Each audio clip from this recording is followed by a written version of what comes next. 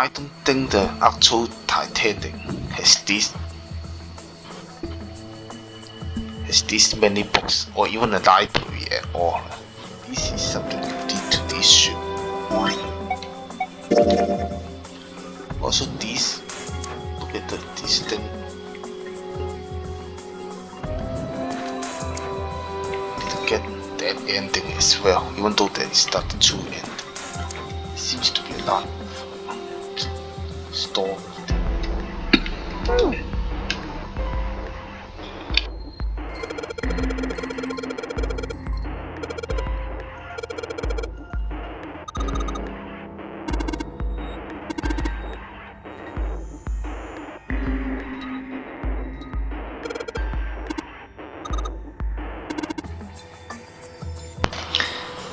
This doom is just a freaking head. I just has this hunch. It's okay to use walkthroughs in this case.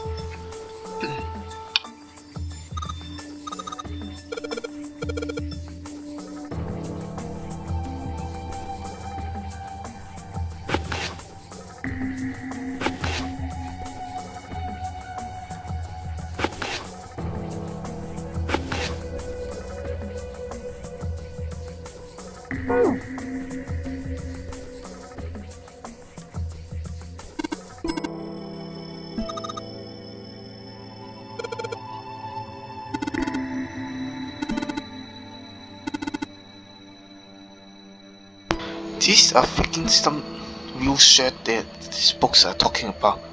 Look at this super He-Man column button. Holy shit!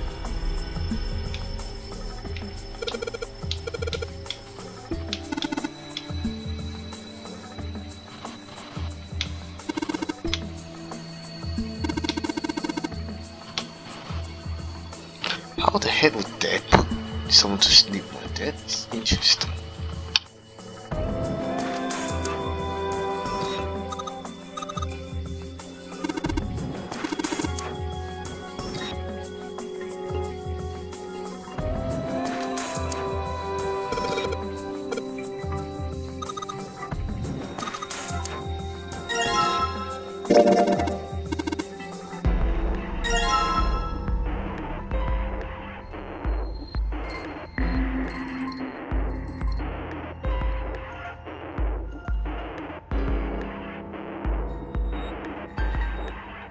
I think it's fair at this point to review this game. I think it's very close to 10, not exactly 10, but some of the decisions by the characters doesn't make much sense.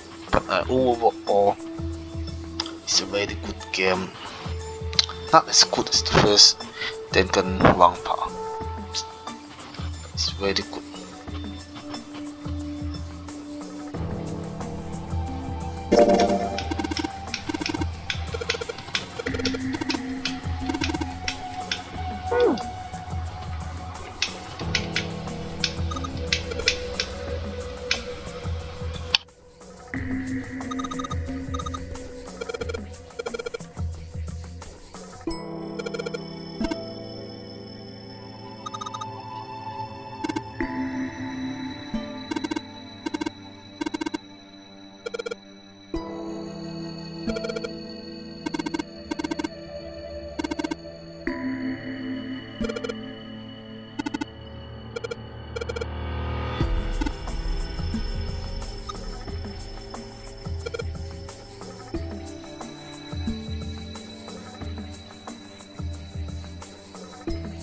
How is that not the same? It's the same thing place.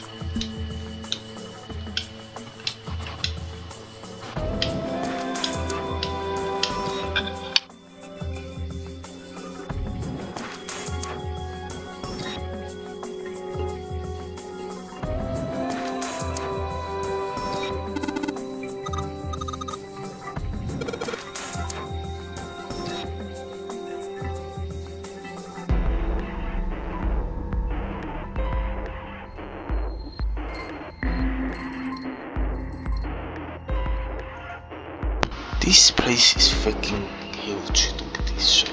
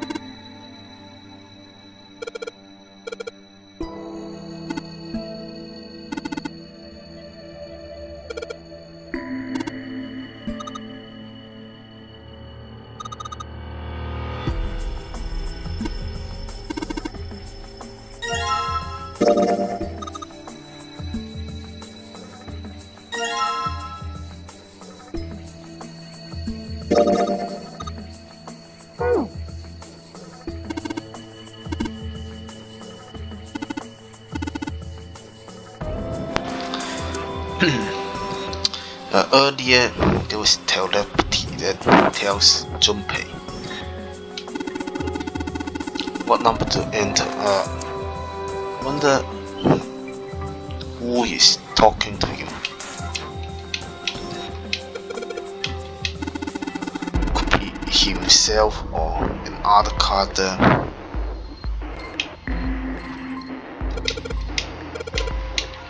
Even some kind of like fourth dimensional thing where supposedly you, the player, is actually talking to you. That's not likely though.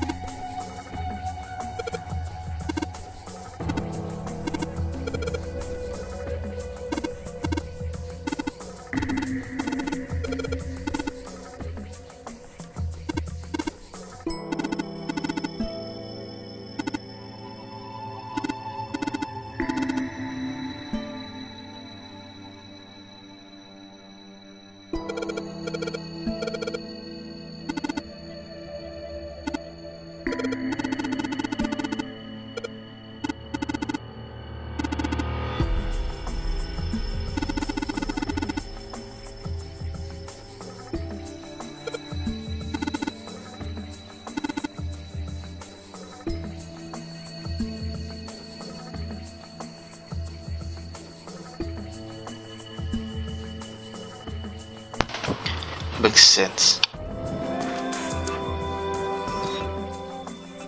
This game seems to be more realistic and grounded in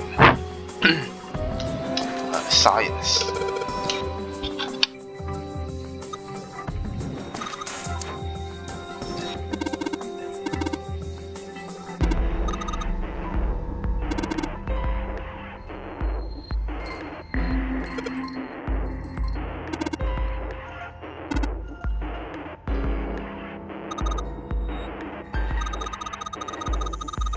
The more books I freaking read until the more like theories I have in my head.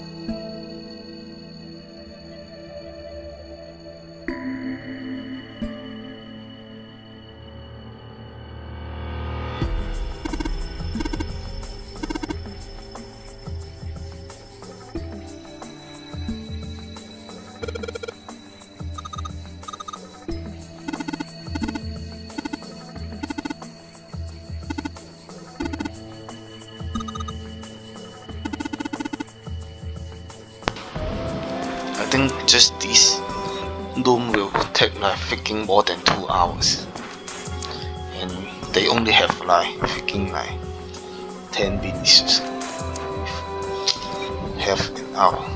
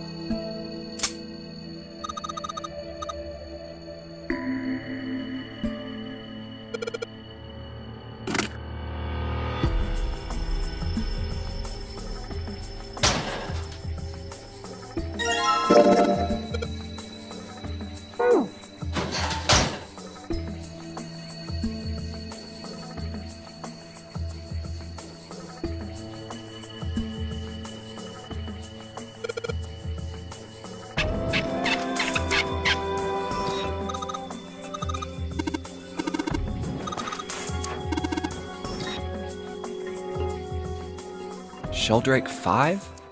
I think I saw the rest of this collection somewhere. Yeah, I think it was somewhere around here. Let's go take a look. Okay. Sheldrake. Have you heard of him? Sheldrake, I mean. Yeah, Lotus told me about him. There's a British biochemist named Sheldrake. He has a rather interesting theory. Morphogenetic fields, which relies on the theory of morphic resonance. Really? From Lotus, huh? Well, Clover also said something to me about that stuff. She did? Yeah, what was it? The ability to access a morphogenetic field is affected by a couple of things. The first is epiphany, and the other is danger. That girl. I told her not to tell anyone. You did? Why? Well... Look, man, I didn't push it because we're in a hurry, but I'm kind of sick of this. How about you just tell me, okay? Tell you what? Don't give me that. About the experiment. Ugh. Very well, fine. I'll tell you everything. But not here. Let's move to the top floor. What they found to stand by.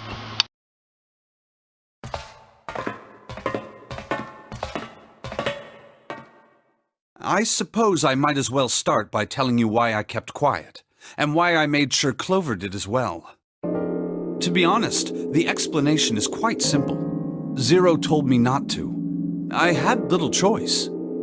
He didn't walk up and tell me, of course. He gave me a message engraved on a card. That's a Braille card. It looks just like the one you showed us earlier. So you had 2 cards? No, only one. Huh? What do you mean? I thought that card just had some rules for the nonary game on it. Yes, it did. And those were the rules I read you. However, they were not the only thing on the card. There was something I didn't read. Well, perhaps I should say, there was something I couldn't read. And that was? Tell no one of the events that took place 9 years ago. Tell, and I activate your sister's detonator. It's a threat on our lives. Oh. Well, what about Clover? Did she get a message from Zero too? I don't believe she did. But doesn't it strike you as strange that Zero would shut my mouth, but not hers? Yeah. To be on the safe side, however, I told her it was best not to tell anyone. Still, apparently she told you. That girl. What's wrong with her telling me? I figured some stuff out with the things she told me. I mean, it looks like the whole activate her detonator thing was just a bluff. She's prancing around downstairs happy as a clam now that you're back. That's very true. I've decided I can trust you. I've decided to tell you the truth. The chance that Santa is Zero is very high. I feel I can assume Santa doesn't have the time to observe us at the moment. And at any rate, even if he were, I very much doubt he would kill us. Why? Clover told me about the four-leaf clover, about the words. If he knew about that, then he was in my group during the first experiment. I'm sure of it. He wouldn't kill us, no matter what the situation was. Hey, Snake? Yes, I know. You want to know what happened during the experiment. Yeah. How much do you know? Clover told me about... I see. The morphogenetic field in the experiments 9 years prior.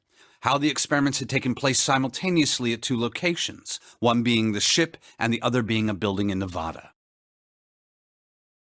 And the girl that died during the experiment. She told you all that, did she? At any rate, I now know how much you've learned. All that remains for us to determine is who did this and why, right? Yes. Can you tell me what happened? Yes. The people who organized the initial experiment were from a company called Cradle Pharmaceuticals. There were 4 of them running the show. Gentaro Hongo, Nagisa Nijisaki, Teruaki Kubota, Kagechika Musashido. Hongo was the CEO of Cradle Pharmaceuticals.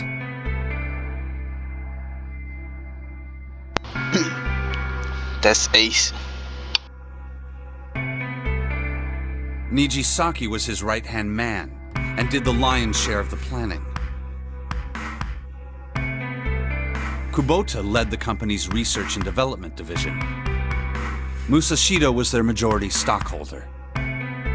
It was these 4 people who planned the initial experiment. Let me simplify it for you. Hongo designed it, and Nijisaki put it all together. Kubota developed the technology required, and Musashido provided the cash. So it's Hongo, Nijisaki, Kubota, Musashido... Of course, more than 4 people were required to conduct an experiment of this scale. To that end, they organized a top-secret team to assist them with their research. All in all, they gathered 10 people or so. Those 10 completed their team, and they were able to begin the project. They named it the Nonary Project. The purpose of the experiment was to research the prospect of controlling a human mind through sheer will. The vessel, I suppose you could say, for this control was the morphogenetic field. Why did the glycerin suddenly begin to crystallize? Why did the crystal structure of EDT undergo a sudden change? Why did the rats improve their puzzle-solving skills with each generation? Experiments with humans produced the same results. The more people who knew the answer to a question, the more there were who could answer correctly without having seen the problem before. Why is that? How could it happen? The answer is that the shape of the answer has been stored in a field invisible to the naked eye. And through that field, the resonant event transmits information related to that answer. That's essentially the idea behind morphogenetic fields. But that's just a theory. Can't bring yourself to believe it? Yeah. Let's say someone killed another person because the devil told them to do it. Whether the devil exists or not has no relevance to the murder. They believe the devil exists. Whether or not he does is immaterial. So what matters here is that Hongo believed in the morphogenetic field. That's right. But I still don't get it. You said they wanted to figure out how to control people, right? That is what you were saying. Yes. So how are they going to do that with a morphogenetic field? I'll keep it simple. Let's suppose 10,000 people have solved a certain problem. The chance of you knowing that answer, even if no one has told you, will go up. Let's have another example, shall we? Say 1 million people were to do a handstand right now. Tomorrow, the chances of you doing a handstand would be higher, even if you had heard nothing of this hypothetical mass handstanding. Mankind's thought process and actions are all part of a resonant event. All of the resonant events encoded in the fields are projected onto you. Of course, this assumes you believe in this theory. Do you follow so far? Yeah. Now, if there was a person who had the same effect as those millions of people, what would happen? If that one person were to do a handstand, other people would find themselves wanting to do handstands as well. Can you imagine what a person with powers like that would be able to do? Come on, there's no way. I'm not done. Imagine another scenario. Imagine another person. This is an ordinary person. Let's say he does a handstand. What if there was someone who could grab the resonant event he created by doing that and use it to make other people do handstands? What would happen then? A person who has the power to write to the field, and someone who can read from the same. You could think of them as the writer and the reader, or the transmitter and the receiver. What would the world be like if there were people with abilities like these? So the transmitter's resonant event can be transmitted through the field and sent to the receiver. And then the transmitter can control the receiver however they wish.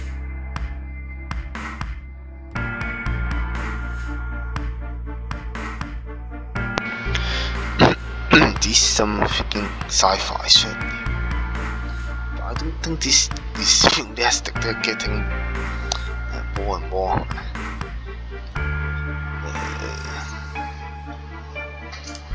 sci-fi. That's what you're saying, right? Yes, close enough at least. Come on, that's just crazy. Well, if you want to prove that, then you'll have to test it first. At least, that was how they thought. That was why they decided to do their experiment. That was how the Nonary project began. By the way, Junpei, have you ever heard of the Gansfeld experiment? No, I haven't. You place a pair of subjects in separate rooms. Then you show one a picture and ask the other what they see. In theory, it is supposed to test for the existence of telepathy. Oh, so why did you bring up the Gansfeld experiment? It was used to screen subjects for the Nonary project. The hospital in a remote town was affiliated with Cradle Pharmaceuticals. Hongo used it to conduct experiments on visiting children in secret. Some of them, he found, had potential. He began to gather children that showed promise. Children that seemed as though they might be able to access the field. Of course, none of them volunteered. They were kidnapped. There were 9 pairs of siblings taken, for 18 children total. For reasons that were not fully understood at the time, each pair had 1 transmitter and 1 receiver. They were split perfectly. As such, the 18 children were split into 2 groups of 9. The children who were put into Group Q were the ones who excelled at transmitting. They were transferred to the mock experiment building known as Building Q in the Nevada desert. The children who excelled at receiving were put in Group A. Group A was then placed on the former hospital ship Gigantic. From the experiments he had conducted so far, Hongo had learned the following. There are 2 things that can increase one's resonance with the fields. The first is epiphany. The other is danger. Have you ever been faced with an especially difficult problem and thought about it very long and very hard until finally an answer suddenly appeared in your mind? It may seem obvious to say so, but that is what is meant by epiphany. The information obtained through that epiphany can be easily transmitted through the fields, where it can be easily interpreted. Adding danger to that equation allows for even easier field access. That's where Hongo came in. They set up a number of puzzles across the Gigantic. The participants had to solve each one before they could move to the next room. Of course, he hadn't forgotten to include danger. He had detonated a bomb on the hull of the Gigantic. The children in Group A were forced to play the Nonary game as the ship sunk. Just sounds like now, but it also sounds like those films I mentioned earlier, CUPE films. By forcing the children into a life or death situation, Hongo hoped to increase the likelihood of their tapping into the fields. The children from Group Q, on the other hand, were confined to the mock experiment building, Building Q. Building Q duplicated the interior and puzzles of the Gigantic exactly. Every detail was exactly the same. Hongo explained the situation to the children in Group Q. Solve the puzzles you find throughout the rooms. When you have the answers, transmit that information to the children in Group A. If you succeed, they will be able to solve the puzzles and escape. But if you fail, then the Gigantic will sink, and your brothers and sisters will drown. Those were his orders. Do you know why the astronauts of Apollo 13 were able to return to Earth safely? It was because NASA had access to a replica of the Apollo 13 capsule. All of the equipment, the instruments, everything. All of it identical. Everything was just like the real Apollo 13. NASA was able to replicate the situation the astronauts found themselves in.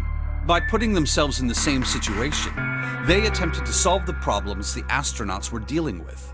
Once they found solutions, they reported their findings to the men aboard the actual capsule. That was how they were able to return safely. It was the same with the Gigantic in Building Q. The children from Group Q had to use the power of epiphany to solve the puzzles they found and transmit what they learned through the fields.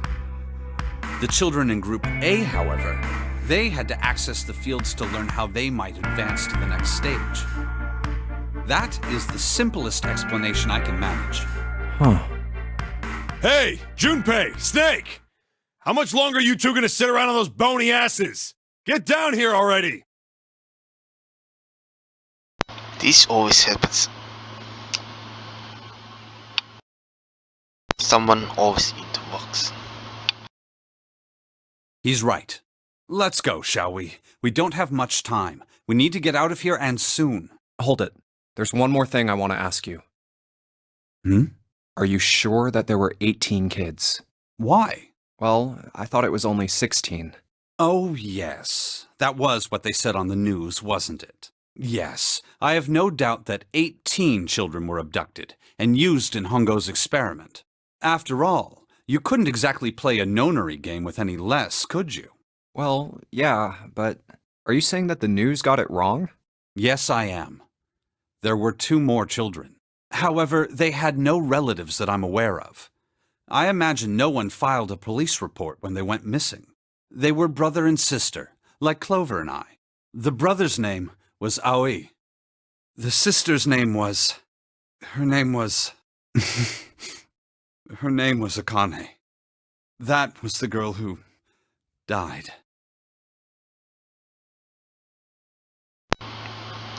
Yeah, this has to be 0 in the sixth.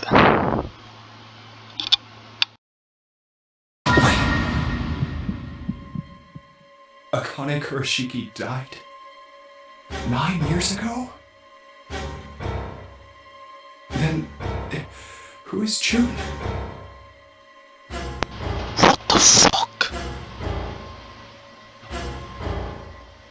Wait, what the fuck? June is freaking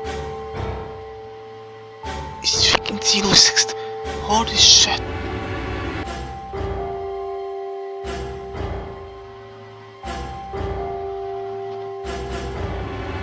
What the heck?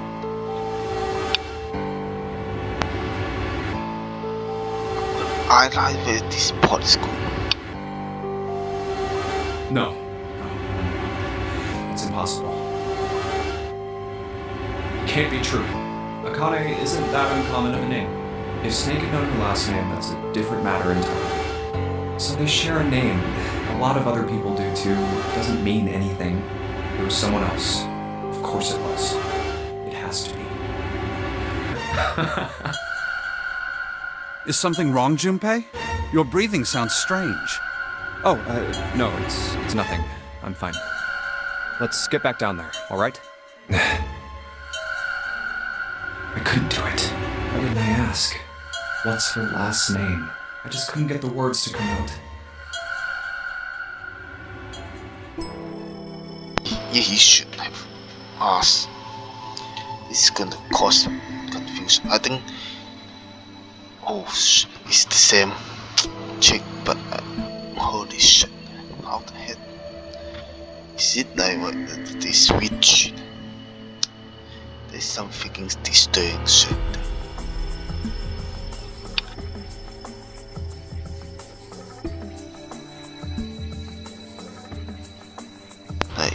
they have the switched body, like that to those the operating room.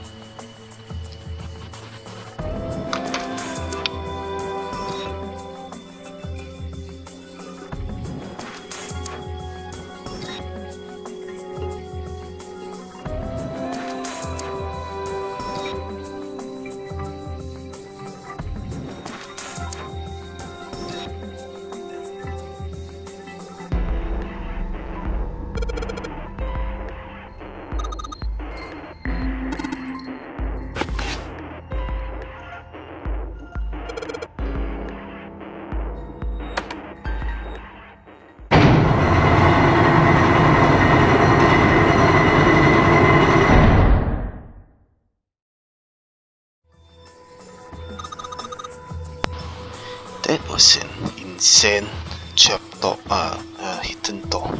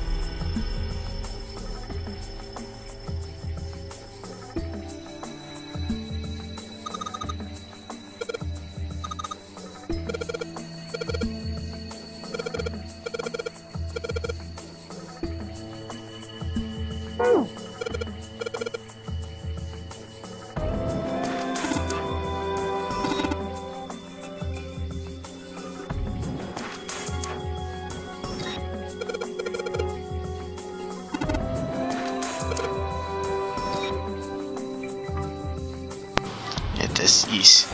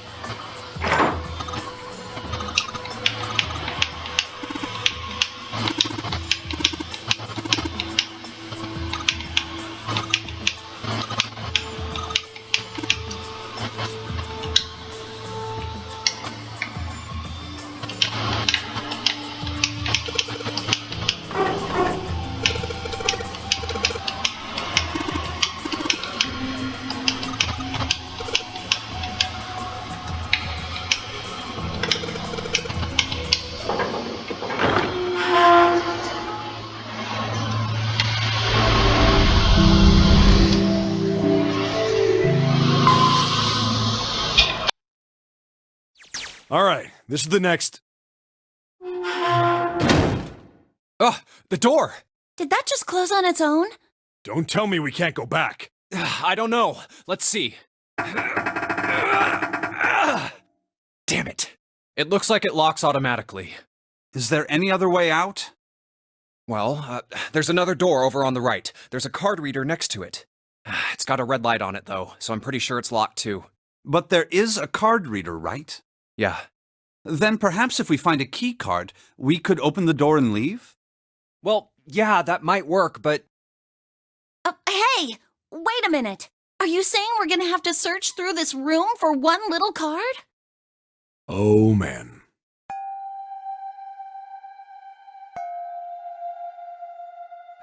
Looks that way. No way! For real? Well, we can sit down and wait to die, if that's what you prefer. I rather doubt that, however, so it would be wise to start looking. We haven't much time. Let's find that key card. Oh, and the Neptune key as well. We won't be able to get through the hallway without it. All right then, let's begin.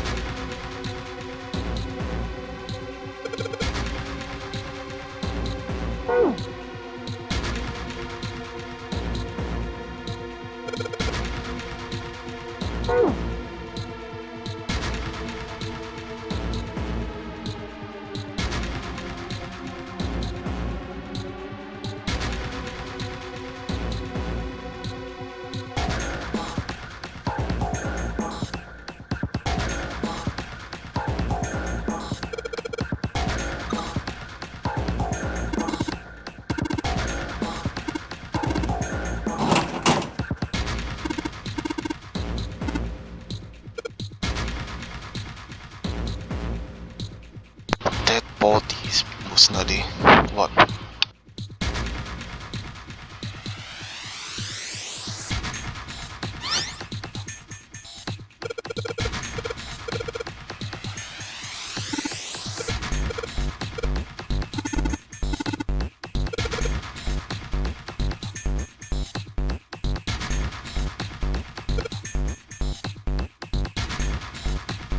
It's no freaking archive here. It's all kind of shit.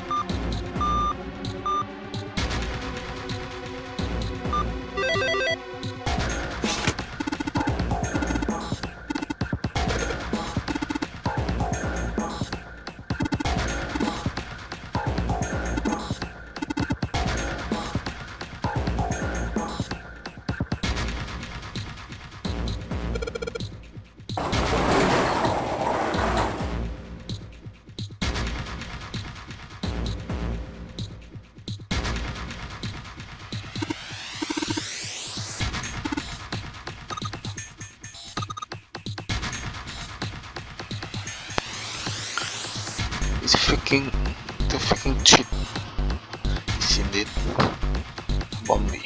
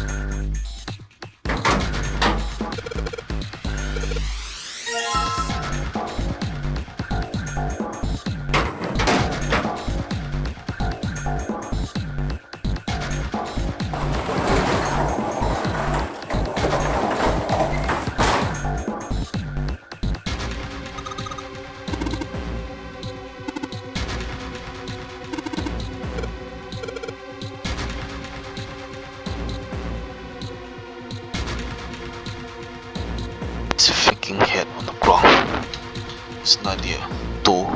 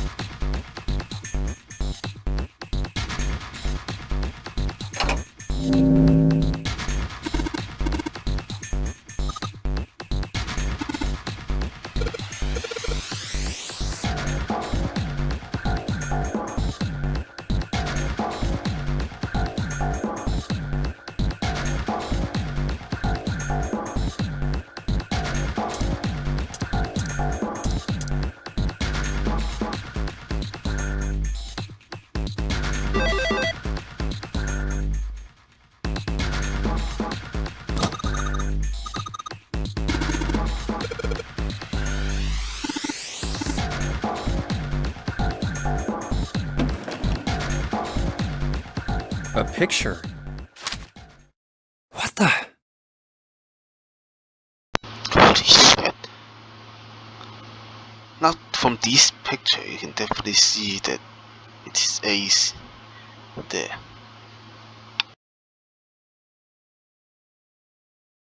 What the hell is this? This man with a mustache on the right. He's the same guy we found murdered in the captain's quarters. Wow. He had the zero bracelet on his left arm. And maybe the other guy that was in the shower room that was murdered, that Ace thought was Nick, is the one of the other guy. So only Ace and someone else is still living then, in the case. And the second man with the glasses and a doctor's coat. He's the ninth man, the one with bracelet number 9. Okay, in that case only Ace is alive then. He died after he went into door 5. But this guy, the one in the striped suit,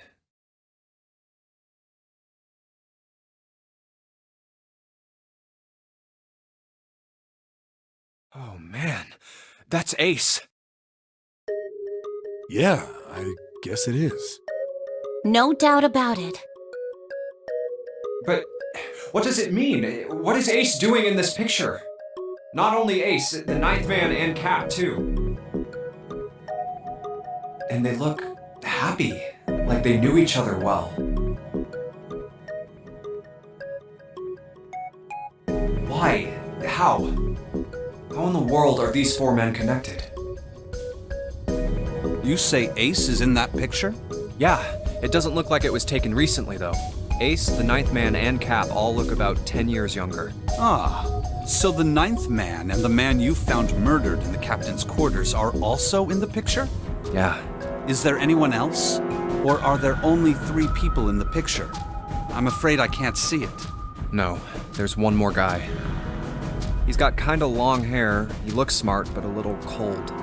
He's the only one I don't recognize. He's most likely the guy that's dead in the shower room. That Ace thought it was the, but it's actually this guy. What's the date of the photograph? It doesn't have one. Did you look on the back? Back? Yes, the reverse. The other side. Huh. Praying for the success of the Nonary project. With Nijisaki, Kubota, and Musashido. Huh.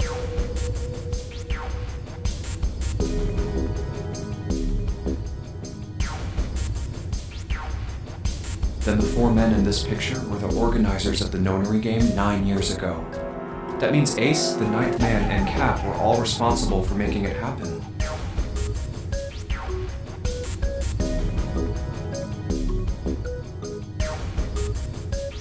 But I feel like I should be more shocked about this. Why is the captain not in the lottery game? I mean the life limit is both. It's almost as if that's just how things were always supposed to be. Why? Why am I not surprised? Ace was the one in charge of the Nonary project, but... He's not surprised because Taylor met Freddy from earlier, from the other ending. Why? Why am I so calm? It's like I already knew. Ah, of course. I understand now. Ace was the CEO of Cradle Pharmaceuticals. He was the one who invented the game 9 years ago. He was Gentaro Hongo. Ace is... Hongo? I had my suspicions from the beginning. Their voices were similar. Too similar to be a coincidence. I could never forget his voice. It was the voice of the devil. I couldn't be sure, though. After all, I had no way to check. I certainly couldn't ask him. Even if I had known, however, I would never have told you. Zero made it quite clear what would have happened if I did. Oh my gosh, I had no idea. Huh? I didn't know that Ace was Hongo. Oh, yes. I suppose you wouldn't have. 9 years ago, you were in Building Q in Nevada. But Hongo was in the Gigantic with us. I know. That's why I didn't know what Hongo looked like. But why? Why didn't you tell me? I mean, I'm your sister, right? You could have told me. I'm sorry. I apologize for keeping this from you. But if I'd told you, Clover, you would have told everyone else. And if you did, then I would have been forced to tell them about what happened 9 years ago. I had to prevent that. Hey, Junpei. You think I could borrow that picture for a sec? Sure. Hongo Kubota, Nijisaki Musashiro. Hongo Kubota, Nijisaki Musashiro. Hongo Kubota, Nijisaki Musashiro. I think he knows them. Hey, Seven, do you... Shut it! Just be quiet. I'm this close to remembering. This close. Hongo Kubota Nijisaki Musashiro. Cradle Pharmaceuticals. Nonary project. Shit. What? What's wrong? Holy shit, this is nuts. What's nuts? I remember Remember what? everything. Everything? Yeah, I remember all of it. My memory's back. I remember what happened before I got snatched. What? Let me tell you what happened. Like Snake said, Ace is Hongo. From the right, the other three are Musashido, Nijisaki, and Kubota. Musashido was the man with the cash. Nijisaki was Hongo's right-hand man, and Kubota developed the actual technical details of the experiments.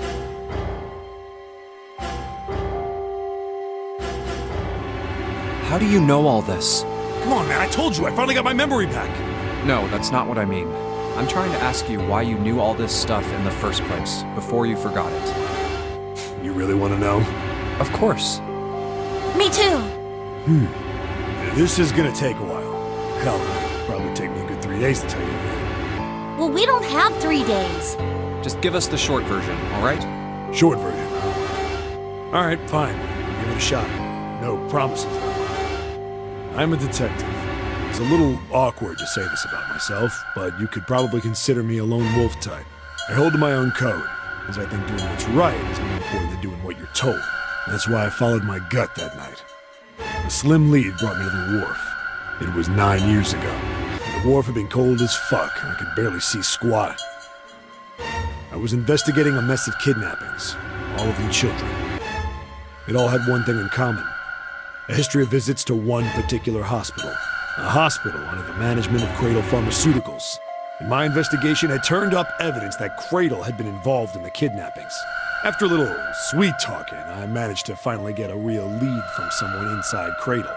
My source told me this. Tonight, a ship is set to take the children to a large passenger liner docked offshore. So I headed to the wharf. From the shadows, I searched the harbor until I found the ship he was talking about. There was a bunch of movement near it. Men in black suits, many of them carrying large bags. Bags. There was something about the way they moved as they were carried. No doubt about it. There were human beings in those bags. I moved before I realized it. Fucking human traffickers. Say what it's gonna be like. Similar to that movie. Just Bogantis. You know which one. I came out of hiding with my gun already in my hand. Don't move. I felt metal touch the back of my head. Drop the gun. I could kill you right now. It'd be easy to get away with it, too. Just tie an anchor to your feet. No one will find you for a week. Know what you want? The fish here would love a meal. I kept digging the cold metal thing into my skull. He's being very careless. There was nothing I could do. I did what he said and laid my gun on the ground. Then suddenly, there was a sharp pain in my neck. A needle. A drug? That was my last thought. My face hit cold concrete. I was out like a light after that. I woke up on a hard floor. Damn it! Shit, my head hurts. I did a quick once-over of the room. Where am I? A small, shabby bed, a dirty sink, a toilet with no privacy. I'd seen it countless times as a cop. I'm in a cell, huh? Facing the toilet was a door set into the wall. I was still pretty woozy, but I made my way over to it. I pushed and pulled on it, but...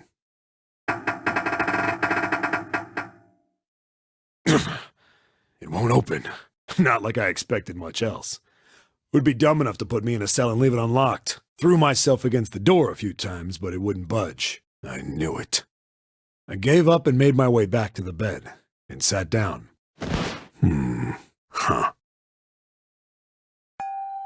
I sat there for a very, very long time. Who knows how long. This guy's been through some shit. Then, I heard a faint voice.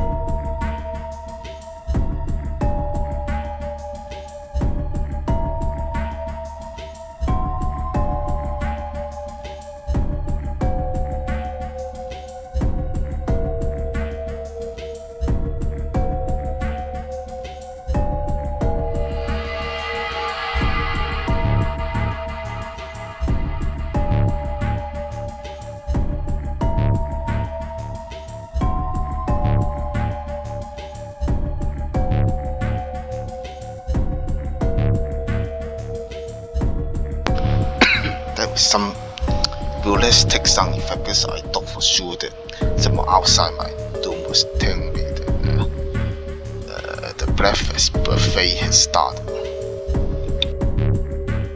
The voice was far away. I couldn't understand what it was saying, but I could hear one. It was pretty high, probably a little kid. Huh? No, it was several. I hear 5. Or 6, maybe more. Where? Where are they coming from? I pressed my ear to the wall and tried to listen through it. No, that's not it. Left. It's coming from under the bed? I hauled on the metal frame and flipped the thing over.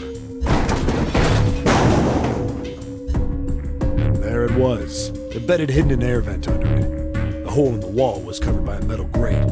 I dropped flat on the floor and peered through the grate. I couldn't see shit, but I knew it in my gut. This was where those voices were coming from. kids here. But then what my inside man told me popped into my head. Tonight, a ship is set to take the children to a large passenger liner docked offshore. Whoa, whoa, whoa. Am I on that ship? It didn't matter. All I knew was I had to get to those kids. I checked out the metal grate. Could I fit? I stuck my fingers in and grabbed it. And then...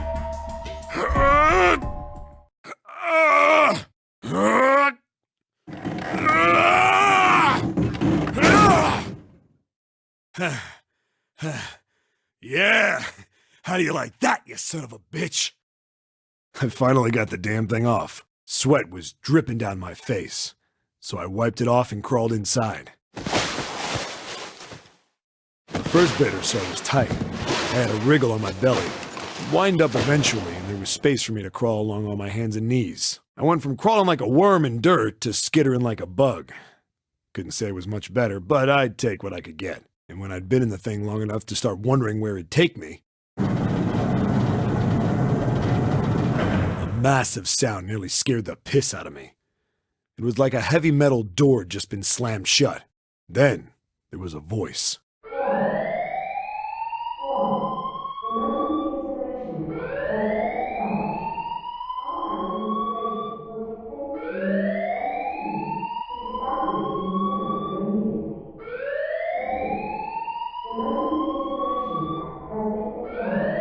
What? I wasn't sure what it meant, but anything with incinerator is bad news. Then, almost as if that was a cue, I heard a mess of young-sounding voices. A bunch of them were straight up screaming in terror, and all the sounds together made a howl that made the hair on my neck stand straight up. Damn it! What the hell is going on here? I scrambled through the duct as fast as I could. I made a giant racket, but I didn't care at that point. I soon found a metal door on the left side of the duct. The kids were screaming on the other side. I found it. I yanked the handle and threw the door open. I almost ripped the metal off its hinges. What the hell is this place? I couldn't believe what I saw. The room had a dome up top. There had to be about 9 walls, all the same size. Up in the ceiling was an upside-down funnel, almost like a chimney. I looked down. There they were, the kids I'd been searching for. They all gawked up at me, suddenly silent, for the moment, from surprise and fear. Scared of the room or me, I couldn't tell. Probably both, actually. Not like I can blame them running into a mug like this when they're already scared shitless. I snorted at my own dig at myself and turned to the kids. Don't worry, kids, I'm not your enemy. I'm one of the good guys. All of them stood there, frozen. Well, except one. He was a boy, slightly older than the others, in a private school uniform. Who the hell are you? He stepped forward and glared at me suspiciously. I'm a detective. I'm here to rescue you. It looked like they relaxed some the second I got the words out. How are you gonna help us? Where's the exit? There isn't one. The doors we came in through won't open, and the door over there... He kinda cut himself off. I think he was considering something before he changed his mind. Anyway, there's no point. We can't all get out of here. If we don't get out of here, we're gonna be burned to death. Burned to death? Can't you hear it? That voice said the incinerator's gonna start up soon. So...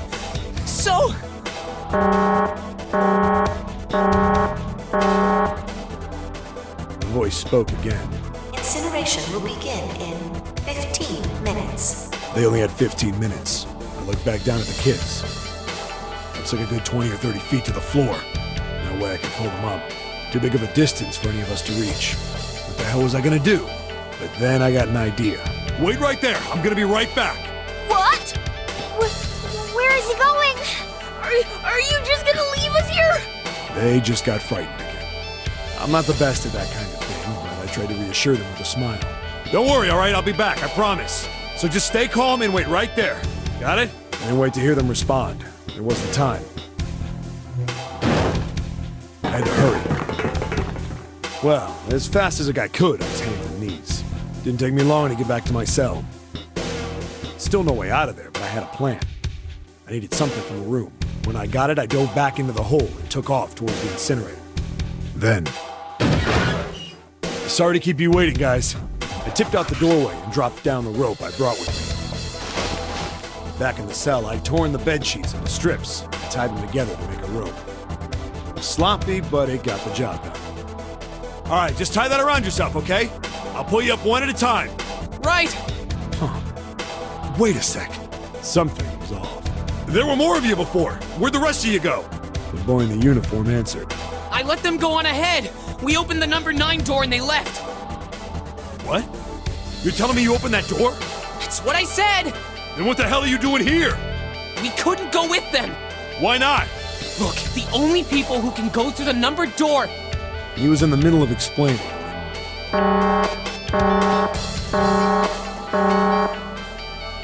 Incineration will begin in 5 minutes. The wall shook a bit and a voice bouncing around. Look, that can wait, all right? Just get us out of here! Right! I grabbed onto the rope.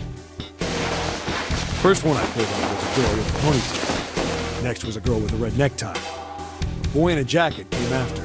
He said he'd climb up on his own. The boy in the uniform was the last up. Like the other kid, he climbed up the rope himself. He looked pretty scrawny, but I guess he was stronger than he looked.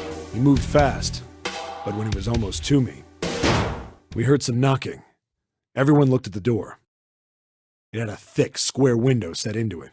On the other side, an angry face was staring in. God damn it! What's going on here? Why is the room empty? Where the hell are those fucking kids?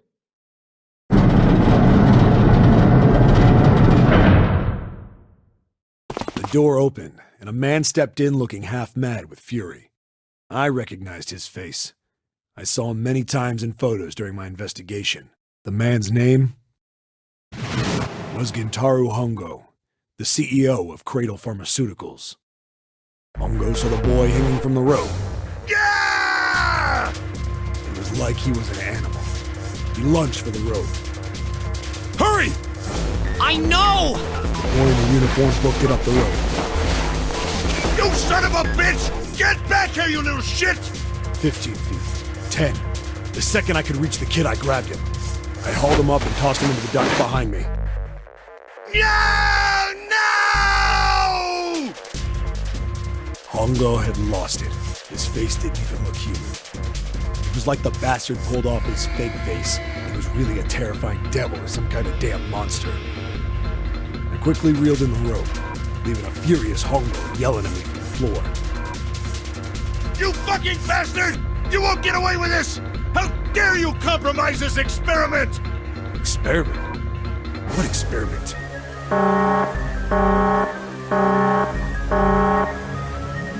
Incineration will begin in 1 minute. Hey, old man! What the hell are you doing? Hurry up! The boy in the uniform was trying to get my attention. I may have thrown a salute in the raging asshole's face before I closed the door behind me. No point going back to the cell, so we went down the other direction instead. After about 30 feet, we came across another duct on the left. This one was heading down. Everybody nodded and took turns sliding down it. The duct emptied us out into a narrow hallway. There was a door on either side. The one on the left was a normal double door. But the one on the right was familiar. It had black and yellow stripes, and a device next to it on the wall. The plate on it read, Incinerator. Incinerator? Yeah, that's where we were. It was the girl with the red tie who answered me. We were inside an incinerator? Yeah, Hongo might still be there. It looks like it's been shut off, though. Wait, what? If he's still in there... Yeah, that's not good. That meant we better. We gotta get out of here. Go to the other door, hurry! The kids started running, and I was close on their heels. On the other side of the door was a large spiral staircase. Run! Didn't need to tell them twice. Went up and up and up. Our feet pounded the steps, our arms pumping fast. Round, round, round. The devil was in the tail. The stairway kept going. Past a couple of landings when the boy in the uniform suddenly spoke. Something's up. Akane's not catching up to us. Akane? My kid's sister.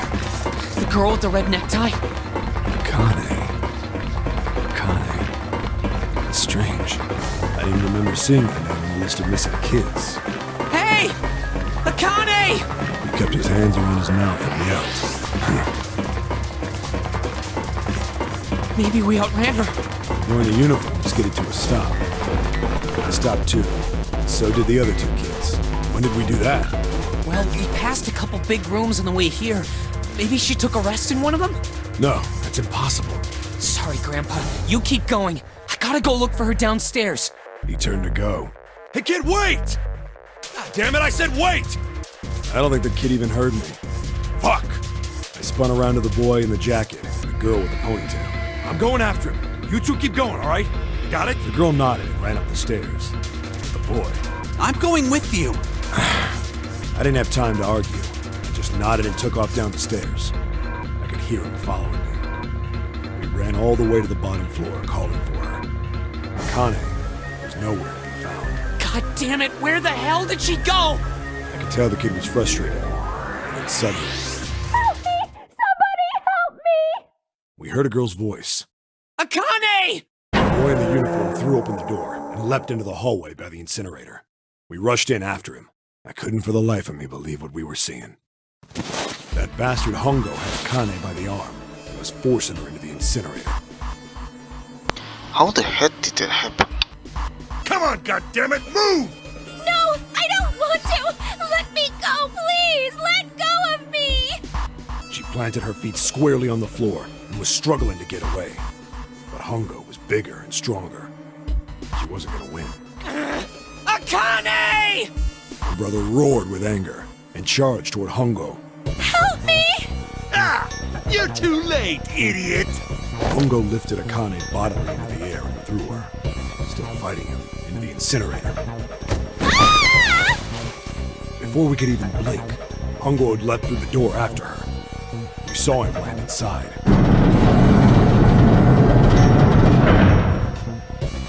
And then, the door slammed shut. We ran to the door. We did everything we could think of to get the thing open. But... Ah! Fuck! It's no use! The goddamn thing won't move an inch!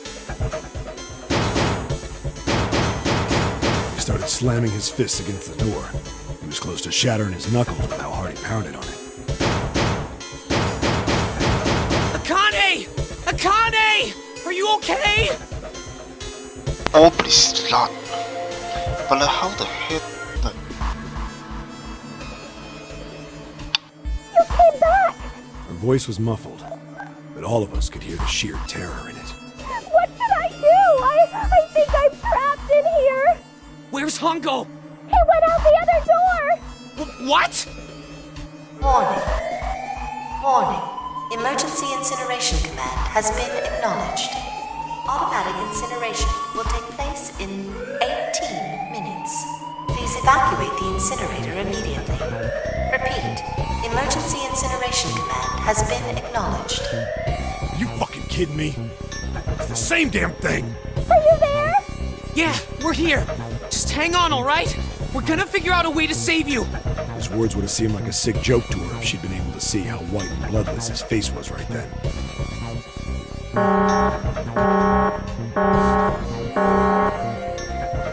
Incineration will begin in 17 minutes. Please!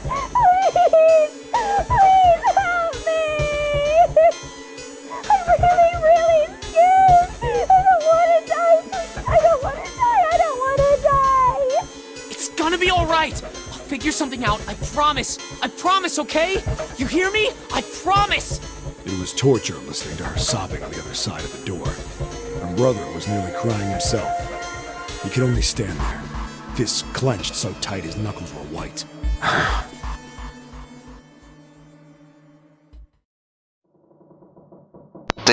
Could not they just go back to the What happened then?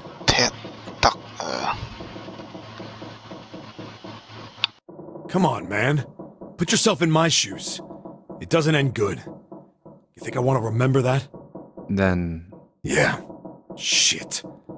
If I'd known it was gonna be like this, I almost wish I hadn't remembered. Holy shit, he's been doing up some of the freaking... that is fucked up.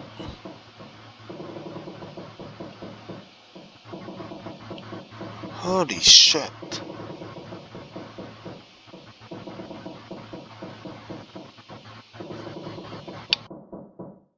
Hey, are you sure?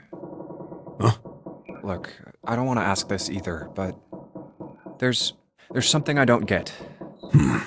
So if you could just tell me, did that girl, Akane, really... Yeah, I'm sure. There wasn't anything we could do. After a while, the countdown ended. And we heard something... burning. The fire stopped, but we still didn't move. Me and the jacket kid were frozen. The boy in the uniform collapsed as if he couldn't hold himself up anymore. A few minutes passed. The door opened.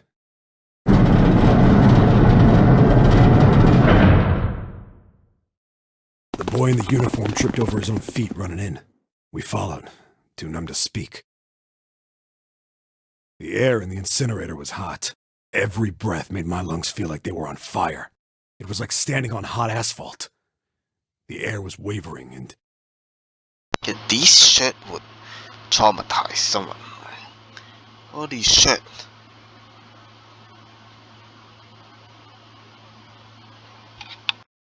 And in the middle of the room, there it lay.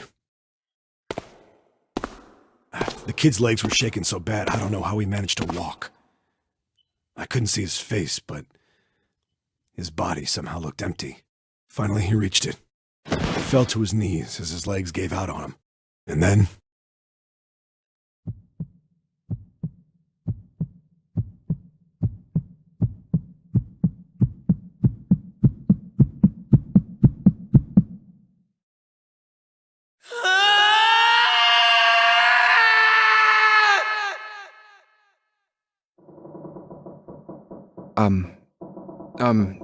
can I ask you one more thing? What's that? The girl, Akane. What was her last name? Finally.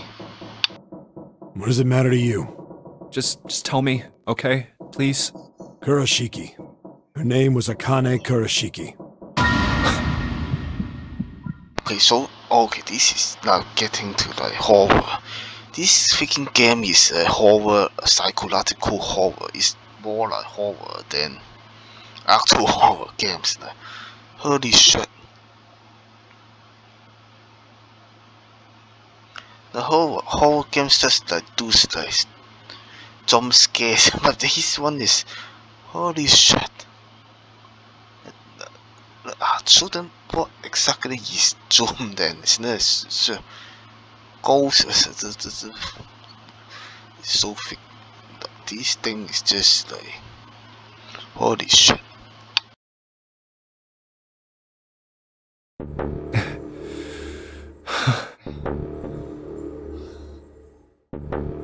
You were there that day, weren't you? The tall kid in the jacket. That was you, wasn't it? Yes, it was. You are correct, Detective. Don't misunderstand me. I told you before how Zero threatened me. There was nothing I could do. I couldn't say anything about what happened 9 years ago. So you're saying you're not working for Zero, right? Oh shit. Did he freaking the drill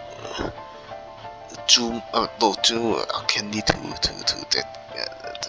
the CEO? Of course not. Clover, what about you? Hey, come on! You really think I'm working with Zero? I told you before, you idiot! I was in Nevada, in Building Q. I did hear that a detective rescued the kids on the boat, but I didn't know it was you! Well, I guess I believe you. Alright, let me ask you another question. Santa's real name is Aoi Kurashiki. He's Akane's brother. You know that?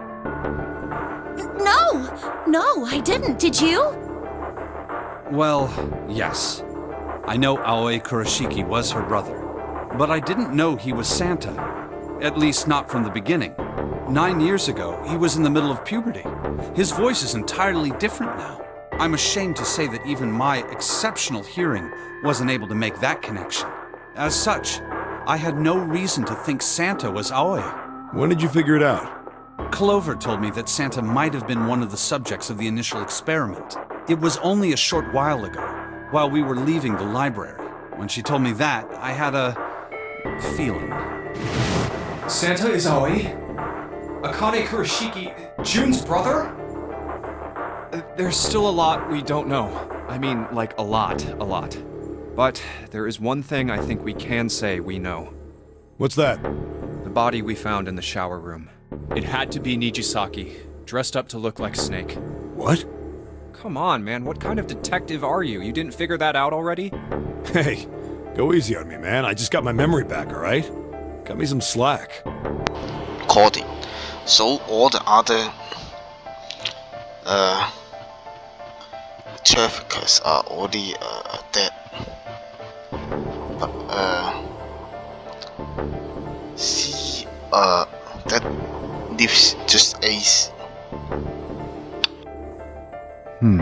Well, if he is, the 3 murders make sense then, don't they?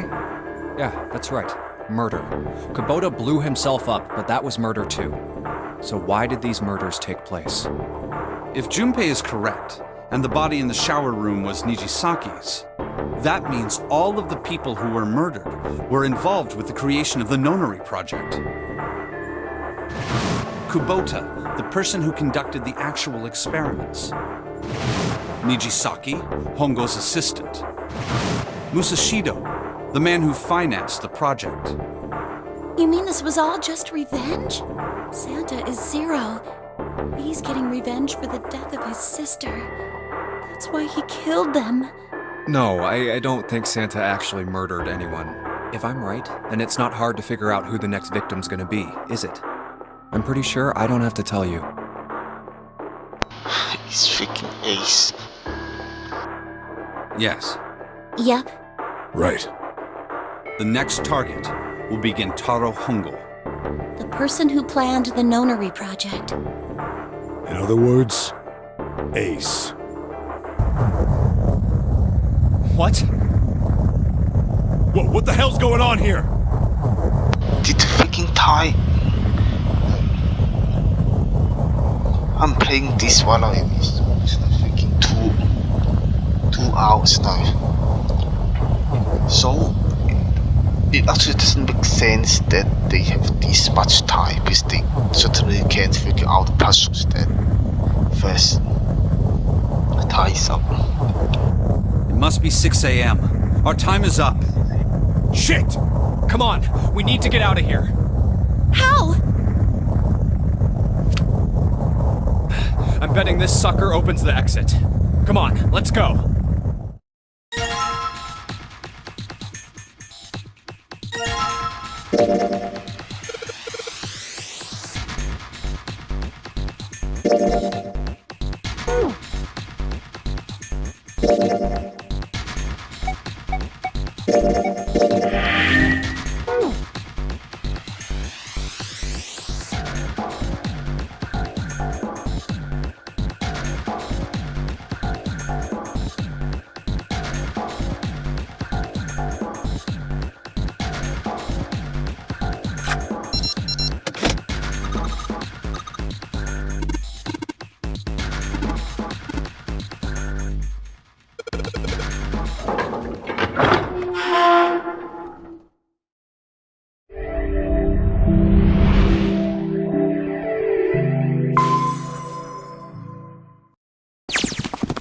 Huh. I think the shaking stopped. It would seem so, but we are yet to be out of danger. You're right. Let's hurry. This exit needs the Uranus card too. Hey, Junpei. Yeah, I know. All right, it's open. Let's go. Okay, Neptune Key, let's see if you work. Yes! I think it unlocked. It says incinerator.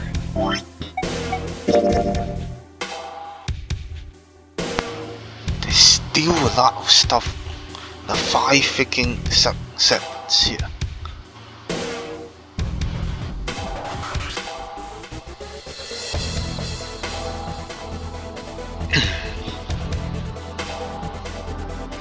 So, well, there's a lot in this true ending. That someone who doesn't get the true ending is missing a lot. So this is the incinerator. This is the first time I've seen it from this side, but yeah, I think so. Then there ought to be a lever near the door. Yeah, right here. Pull that and the door should open. Got it.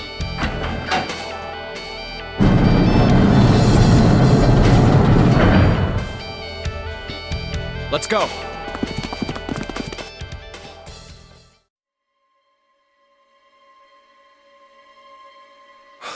What the hell is going on? What's wrong? Are you okay? Jumpy, you came to get me. Of course I did. I made a promise. I'm so glad you're here. So glad. Hey, what happened to you? I'm fine. I just fainted. I wasn't feeling very good. I'm feeling a lot better now, though. Are you sure? Yes. I just need to rest a little longer. I'm sure I'll be fine. You shouldn't worry about me. Santa. Hey, where is it? Where's the gun? You hide somewhere? I don't have it. I got sucker punched and they took the gun. What? Who took it? What? Isn't that obvious? I took the gun. These freaking cutters are bongs. But what the heck? They just have to give the gun to that guy. It always ends up in his hands for some reason. You come across a freaking golden gun and somehow you just leave it to that guy.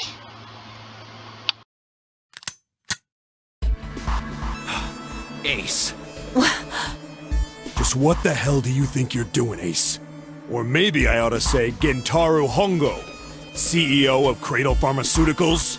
You have me at a disadvantage, and I don't like that. You know me, but I don't know you. Do you have any idea how much I've suffered?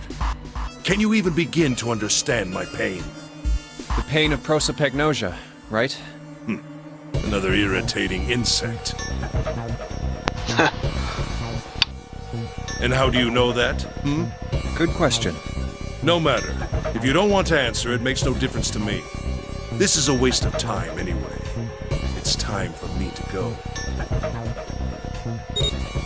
First is 1. Give me your hand. 8. And with this, 9. The ninth man. Kubota's bracelet. I believe I've won this game. I've had quite a time playing with you. I must thank Zero, I suppose. Wait, what? Ace doesn't know who Zero is. What the hell are you planning, Santa? At any rate, this game ends now. I will escape, and the rest of you will have a slightly less pleasant ending. I suggest you enjoy your final moments. Goodbye. Wait!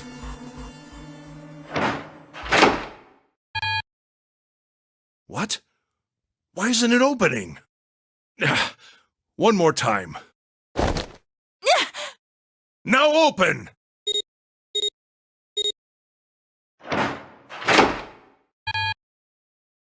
No! What is this? Why? What the heck is Locust number lot A then?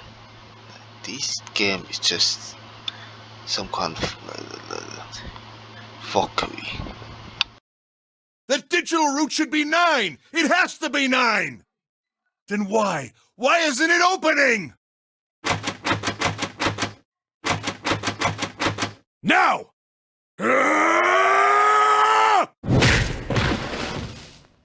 No!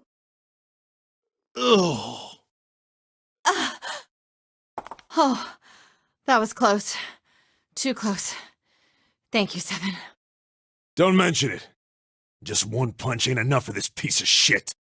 After what he did 9 years ago, I ought to rip him to pieces. But if a suspect can't talk, they ain't much good. Once he's locked up in a cell, we're gonna have a little chat. 9 years ago? Then you must be... Yeah, you finally figured it out, dumbass. Oh.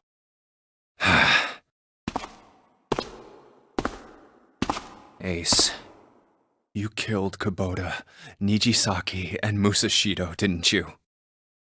Wait, Nijisaki? Oh, right. You don't know yet. All right, we'll just go through them in order then. Let's start off with Kubota. You talked to Kubota and managed to convince him to go into door 5 alone. You killed him without making it look like you killed him. The way I figure it, you had 4 motives. 1. In the nonary game, the number 9 is dangerous. Whoever had the 9 bracelet could join whatever team they wanted. Adding 9 to any number doesn't change the digital route, which means that number 9 could do whatever they wanted.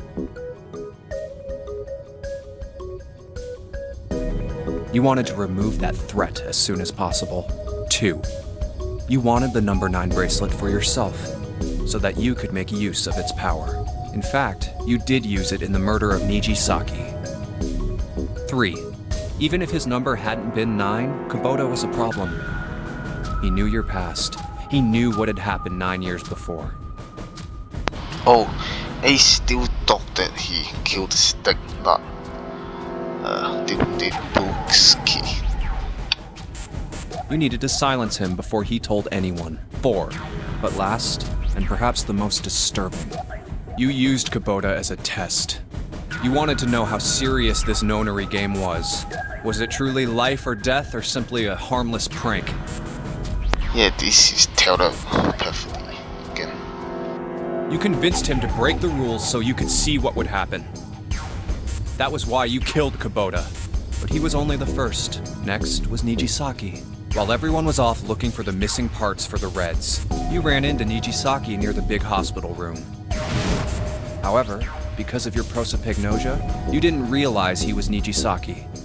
Chiefly because, when you met him, he was dressed like Snake. That was why you thought Nijisaki was Snake. No, that's not... That was Nijisaki? Why? How did... I'll get to that. Anyway, you thought he was Snake. Snake was one of the kids in your experiment 9 years ago. You remembered him because he was the blind kid, but his presence made you think. Snake was one of my subjects 9 years ago. He probably hates me. But if that's true, why isn't he saying anything? Is he keeping quiet because he can't see? Or perhaps he's working with Zero to get revenge on me. Whatever the reason, anyone who knows my past is a threat. Before he tries anything, I need to get rid of him. That was when you decided you had to kill him. The murder weapon was Kubota's bracelet. You just waved it over the red. Verified your own number and then grabbed Nijisaki's arm and forced it over the scanner panel. Then, when the door opened, you kicked him in. 9 seconds later, the door closed. And then 81 seconds passed. And poor Nijisaki was dead. Do you mean to say... Snake is still alive? Sorry to disappoint you, but I'm as good as new. Thank you for killing the wrong man, but I can't say I like knowing that you wanted me dead. Although, to be honest, even if you hadn't tried to kill me, I would still hate you very much. Well, I wouldn't blame you. Last but not least, let's talk about Musashido's death. When Clover and I were investigating the chart room, you came over to talk to me. Do you remember what you said? Oh, a pocket watch. Might I take a look at it? I handed it to you, and you left the room. You had been in charge of the nonary project. Of course you would have known the solution to every puzzle, which would mean that you also knew how to get out of the wheelhouse. All you had to do was place the watch in the indentation on the door to unlock it. With the door open, you could enter the captain's quarters. Musashido was there, Conveniently placed next to him was an axe that practically begged you to kill him with it. You picked up that axe and buried the blade deep in the other man's chest. One blow was all it took, and then you returned to the chart room as if nothing had happened. There was something I wanted to speak with you about, Junpei. Could you come with me for a moment? I had no reason to say no, so I followed you to the wheelhouse. When we stepped inside, remember how you slipped your hand into my vest? You pulled out a piece of paper, the one I used to cheat during the vote. But that wasn't really what you were after.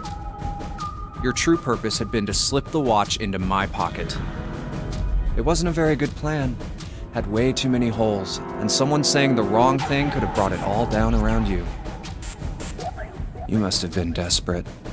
But what made you willing to risk it all to do it? Ace, Musashido's murder is the only one I don't understand. You obviously did it. But why? Because of this. What's with the paper? Just read it. Let's see. Number 1, there are 2 ways you might survive this ordeal. The first is to win the nonary game. The second is for you to confess your sins of 9 years past. I have prepared a camera in the captain's quarters. The images captured by that camera will be streamed through a satellite and distributed across the world. Simply look into the camera and repent. Once you have confessed everything, I will release you from this ship. To make your confession more credible, I have left you a witness in the captain's quarters. What about the other characters? Perhaps he will confess with you. The decision is yours. Do as you please. 0. When I awoke in that room on D-Deck, I found that in my pocket. That was why I chose door 1 when we voted. If I went through that door, I knew I could get to the captain's quarters. As you said, I knew how to enter the wheelhouse. My plan was to find the pocket watch before anyone else. If I could, then my alibi would be set. At least, that was the plan. Unfortunately for me, you got to it first. That sleight of hand was the best I could manage on short notice. You meant to kill him from the beginning then? Musashido, I mean. I only knew Musashido was the witness after I reached the captain's quarters. I asked him, and he answered. He seemed groggy. Perhaps he had only just awoken from sedation. I suppose Nijisaki was in much the same state. He seemed confused and disoriented when I encountered him. But yes, you are correct. I intended to kill him from the beginning, even though I didn't know who he was. I proceeded to the captain's quarters in order to remove this so-called witness. Ace, you figured it out, haven't you? You were being manipulated. Yes, so it would seem. I was little more than a puppet, in many ways. Everywhere I went, everything was already prepared. The Reds in the large hospital room were dismantled. Nijisaki was dressed like Snake. There was an axe in the captain's quarters. Musashido was delirious from the anesthetic, so he couldn't fight back. Nijisaki as well. In retrospect, I can't understand how I could have fallen into such a simple trap. But yes, this was a trap. It was Zero's trap. And I fell for it, hook, line, and sinker. I did everything he wanted me to do. Yeah. By manipulating you, Zero was able to kill 3 people and keep the blood off his own hands. All of this was revenge for what happened 9 years ago. That's why this nonary game happened. Am I right, Santa? Huh? What the hell are you talking about? I don't know any... Ain't no point trying to play dumb anymore, Santa. Actually, I guess I should call you Aoi Kurashiki, huh? My memory came back to me, kid. You're Aoi Kurashiki, no doubt about it. Never thought I'd be back in this room talking to you. But hey, I guess this was all part of your plan, right? After all, the person who planned the nonary game this time around was Zero. And Zero's you. Looks like you really do have your memories back, huh? Well, I guess there's no point in hiding it then, huh? Yeah, you got me. I'm Aoi Kurishiki. I was one of the kids in the nonary game 9 years ago. I made it out. So did Snake over there. But there's one thing... No, I guess there's two things you got wrong. Number one, I ain't Zero. Holy shit! Holy shit! What the fuck? Now that is a plot twist. What? Wait, what? Sure, I was helping Zero out, but I'm really more of an assistant, like a secretary. But an assistant's only an assistant. I didn't come up with all this. All I did was follow Zero's orders. Then, if you're not Zero, who is? Calm down there, Junpei. Didn't I say two things? You made one more mistake. Junpei, you just said, all of this was revenge for what happened 9 years ago. That's why this nonary game happened. But that's not it. Revenge isn't the only purpose. There's another reason you guys were playing the nonary game. To save someone.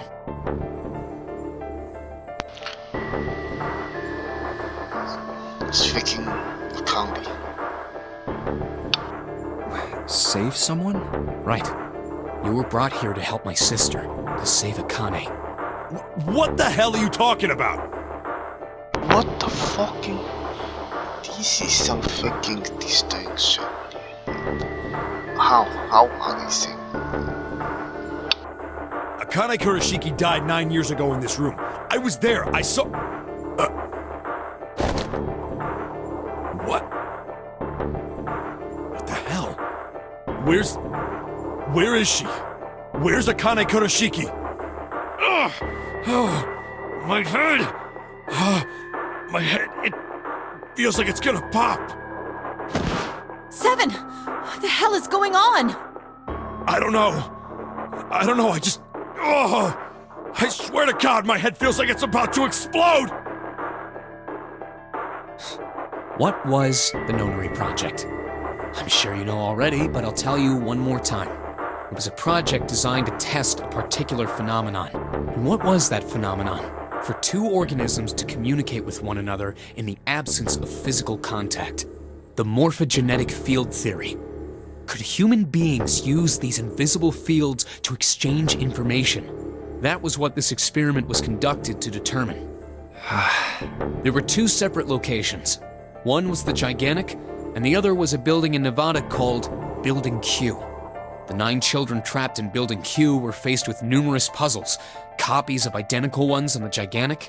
They were told to send their answers into the morphic field set and transmit them to their brothers and sisters on the Gigantic. The transmitters were put in Building Q, and the receivers were put on the Gigantic. Each sibling pair was supposed to be split up, but there was a mistake. Akane was a transmitter. She should have been in Building Q. However, for some reason, she was placed on the Gigantic with the receivers, like me. Perhaps she was mistaken for someone who was supposed to be in Group A. Whatever the case, Akane ended up on the Gigantic. I think I've told you enough. You get it, don't you? I'm pretty sure you know where this is going, Junpei. Where what is going? Don't play dumb. You know things you shouldn't. Things you couldn't. Ha! He freaking knew. Knew that he already played to get the other ending. How did you know Ace had prosopagnosia? How did you know why Ace wanted to kill Kubota and how Nichisaki was killed? Were you surprised when you found out Ace was Hongo? And what about the coffin Snake was trapped in? How the hell did you open it? Well, that's...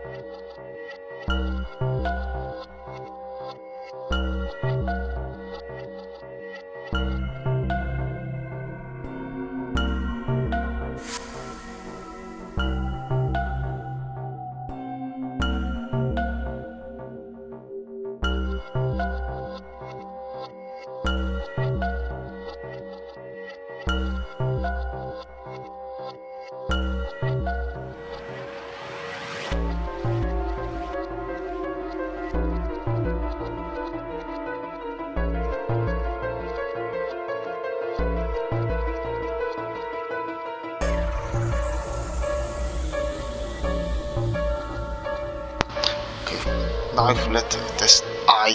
A, B, C, D, E, F. A, B, C, D, H, I. It is I.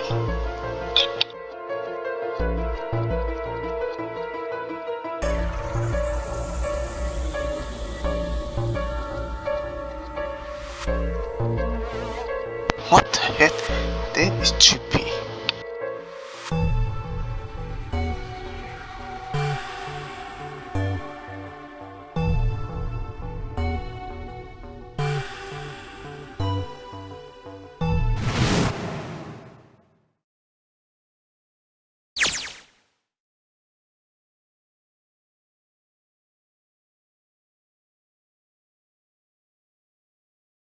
Santa! Freeze.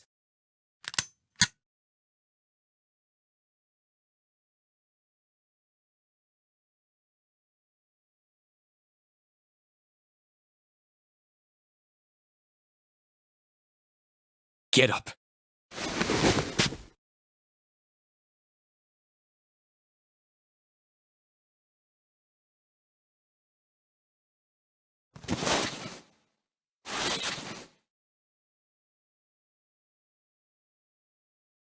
Hey, what's your plan, Santa? What are you doing? Didn't I tell you? I'm Santa Claus. It's time for me to go make a wish come true.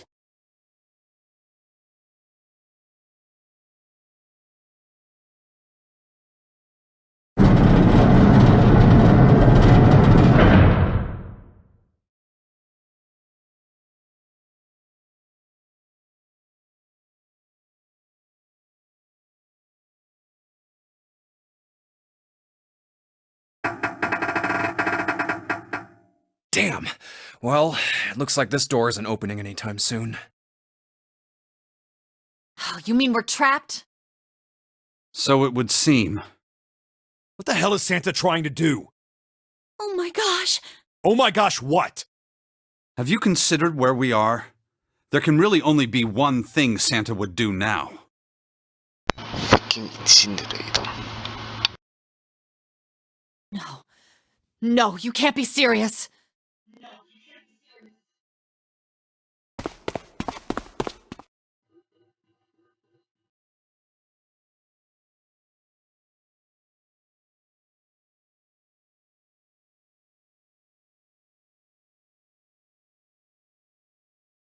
Junpei, can I borrow your pen and notebook?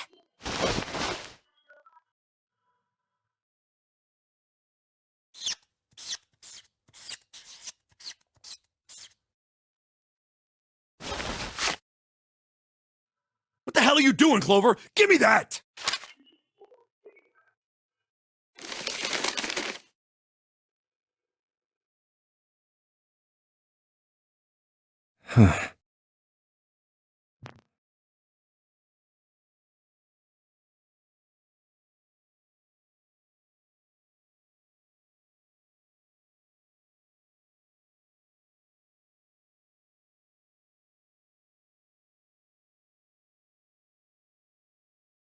Freaking leaving Lucas behind. Oh shit. What? And there's no other way?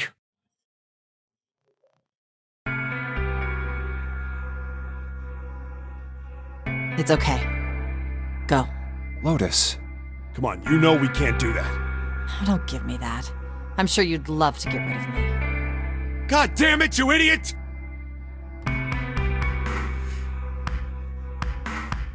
Without... if you're not... Look, it'd be bad, alright? Bad?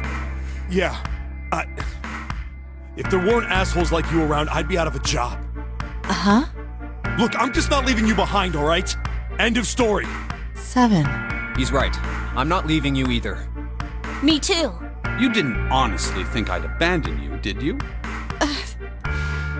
You're all idiots. That being said, however...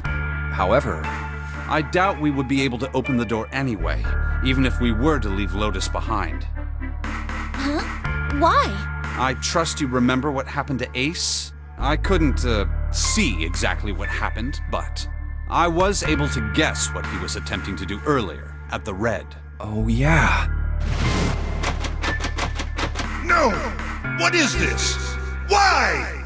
The digital route should be 9! It has to be 9! Then why? Why isn't it opening? Just to see, why don't we give it a shot? Give it a shot. Yes, that is what I said.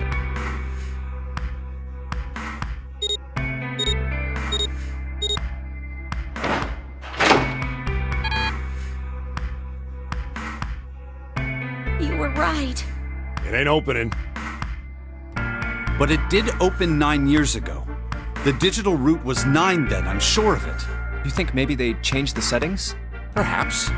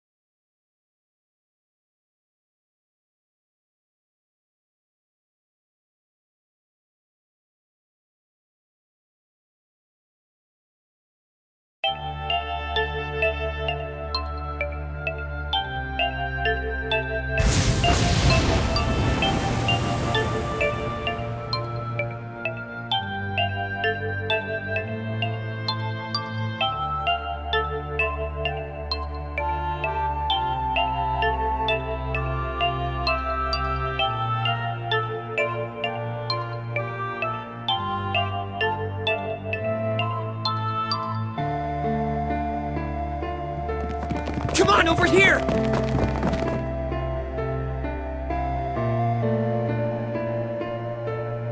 Come on, hurry up!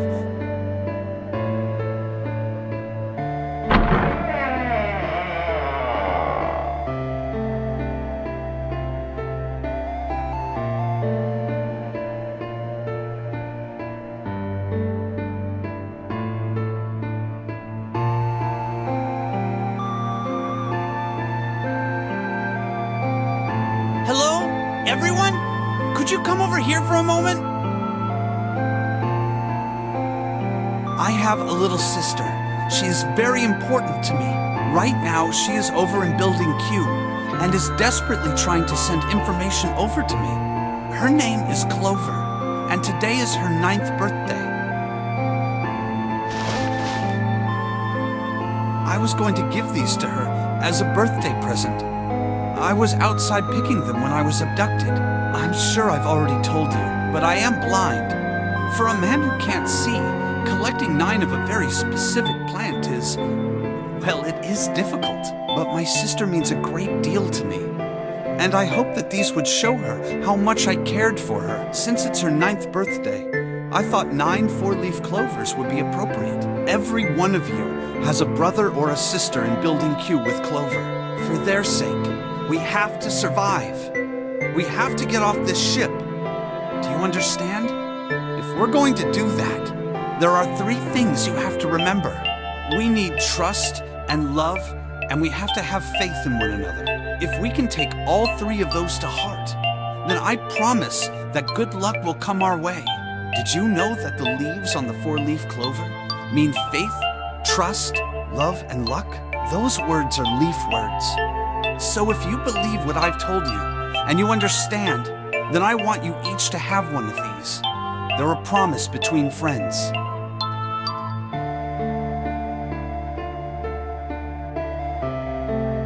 Now don't ever forget, so long as you have that, we will always be connected. Do you understand?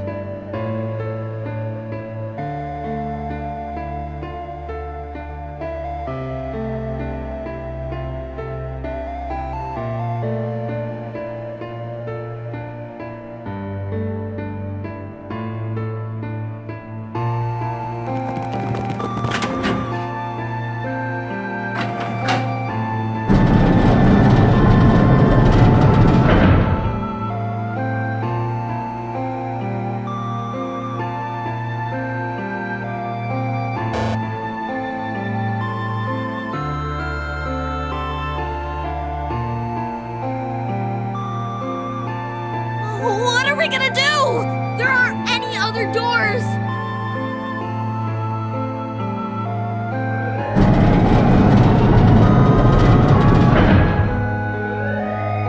Warning.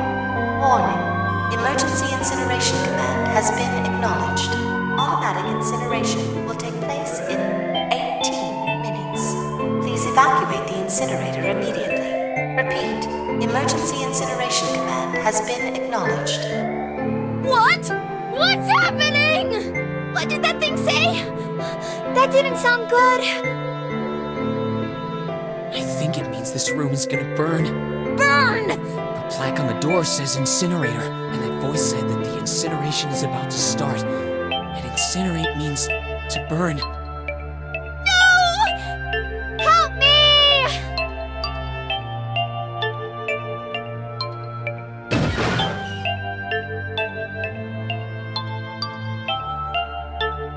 Don't worry, kids, I'm not your enemy. I'm one of the good guys.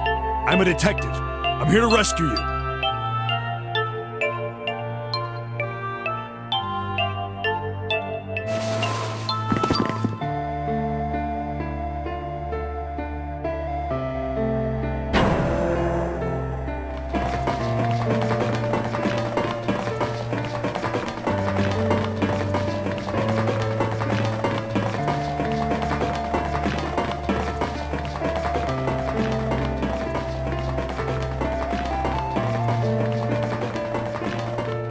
Oh no, where is it? Did I drop Jumpy's present?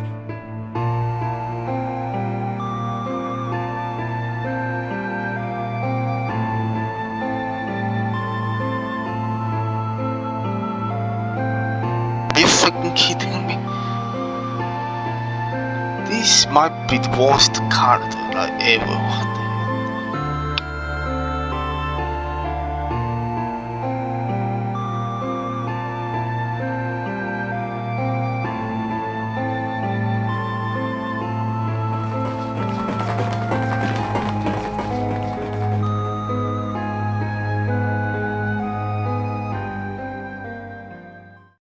There it is!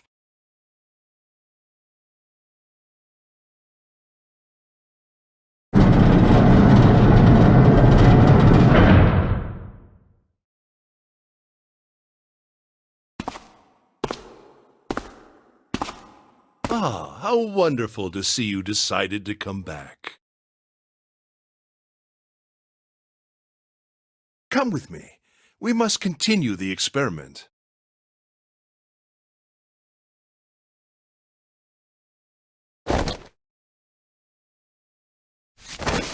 I said, come with me. No! Stop! Let go of me! Let go! That is the most stupid thing that someone could possibly do. Like a freaking object on the. What the fuck?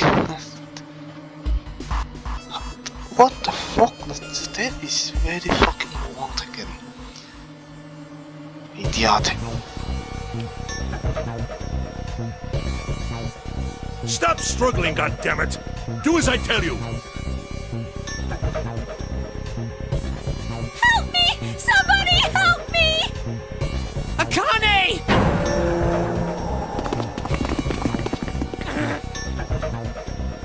You came back! Ah! You're too late, idiot! Ah!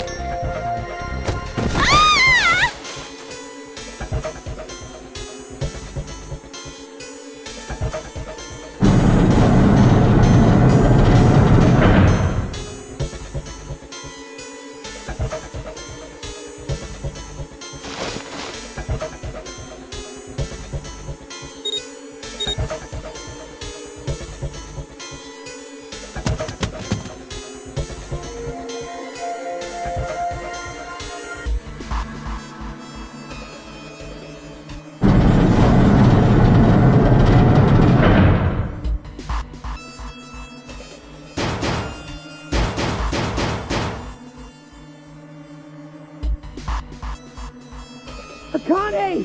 Akane! Are you okay? Help me! What should I do? Where's Hongo? He went out the other door! What?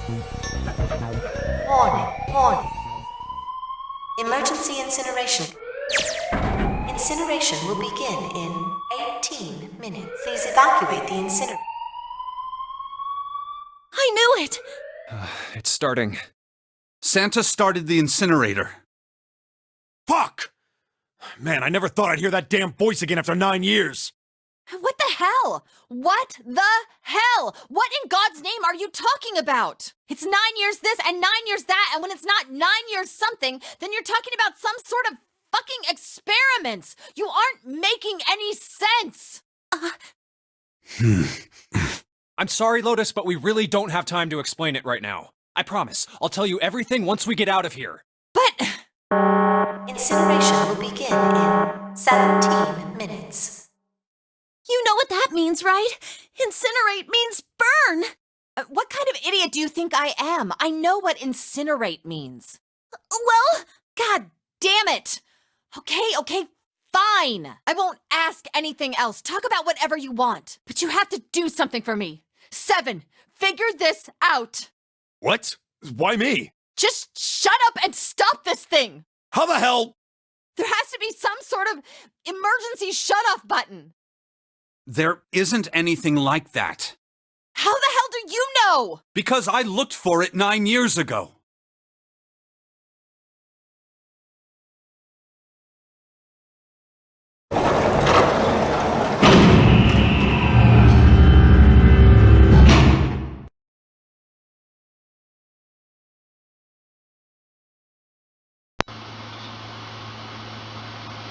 This thing. So what this thing is? But that won't get anyone out unless you can pull it out and then wide trapdoor down. What the hell is that? what is that?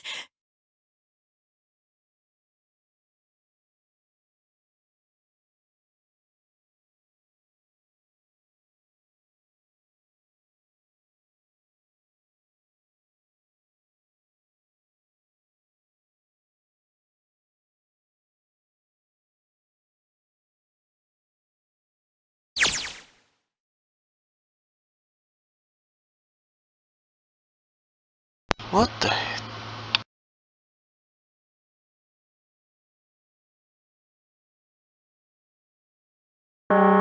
Incineration will begin in 15 minutes. So this is actually telepathy between past and present then. This is some crazy shit, but then this shit is no longer realistic now.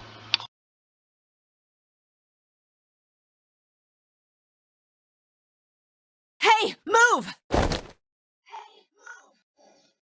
Okay, it's turned on. There's nothing on the screen, though. Oh, this is bad. This is really bad. If there's nothing on here, how are we supposed to do anything with it?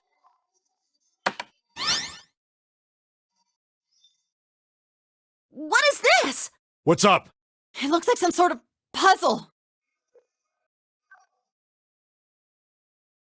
Do you think that if we solve this puzzle, the incinerator will stop?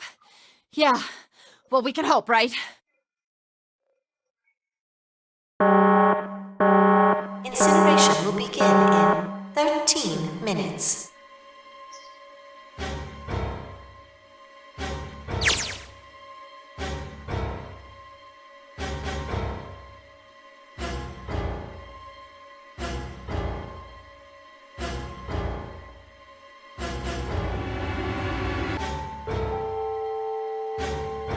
Holy shit, is the voice? She's visiting information from the future and trippy. What the heck? This is too trippy. Hey, what are you doing?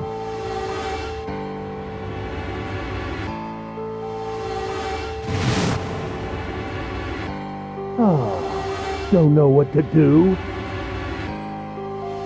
It's simple, really. But I suppose I might as well tell you. Just solve the puzzle on that machine. You're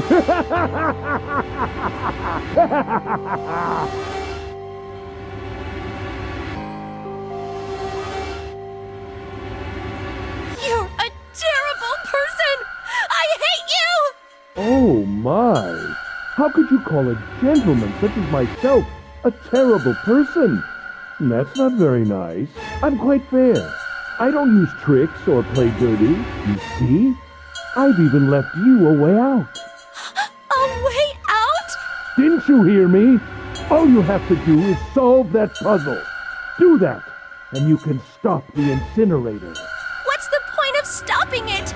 You'll only capture me and make me do this all again. I'm not going to listen to you. If you're just going to throw me back in here, I might as well just die now. My goodness, haven't you listened to anything I've said? I told you, I'm a fair man. Huh? If you solve the puzzle, the verification function of the red will in turn activate. If this experiment is to deliver valid results, there must be a chance of success. If you succeed, you will escape. The verification function of the red?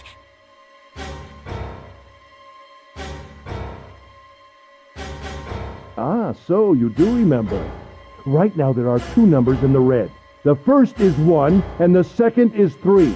Say, Akane, what's your number?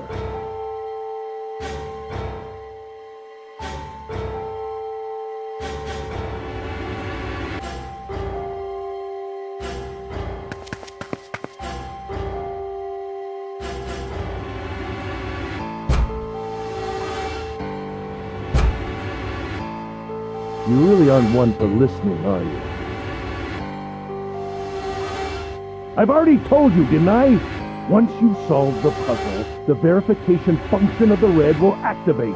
In other words, if you haven't solved the puzzle, you can't enter your number. What kind of fool are you?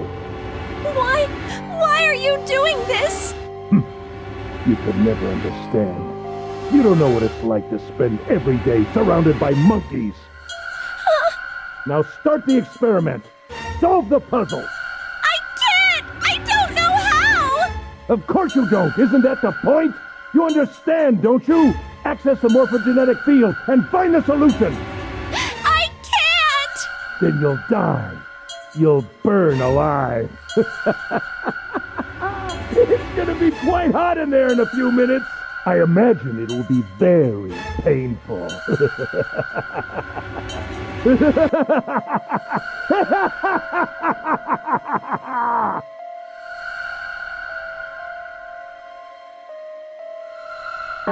Incineration will begin in 10 minutes.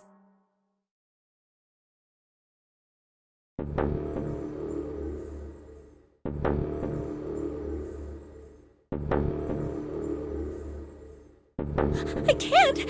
I just can't! There's no way! I can't figure this out! Just move something.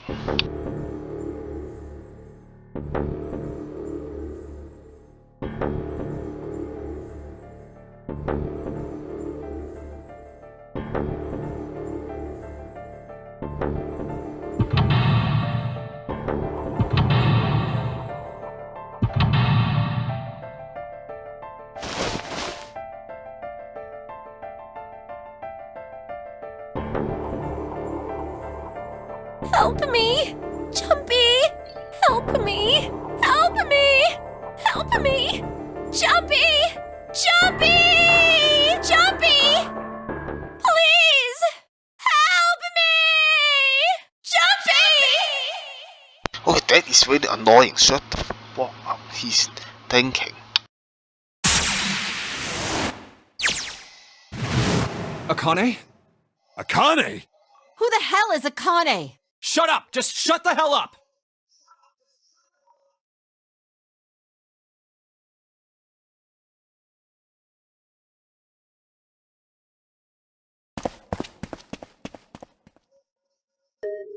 Akane! Akane! Can you hear me? Akane! Say something!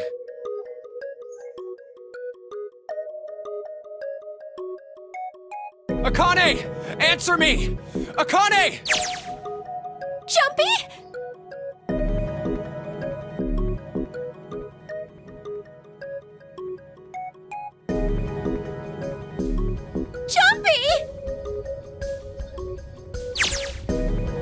Akane! Jumpy!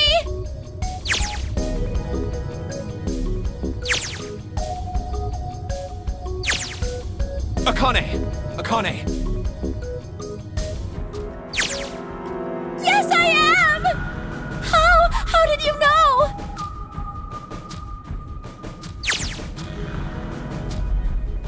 Right. There's only one way to help her. You were brought here to help my sister. To save Akane. Incineration will begin in 7 minutes. Jumpy, we don't have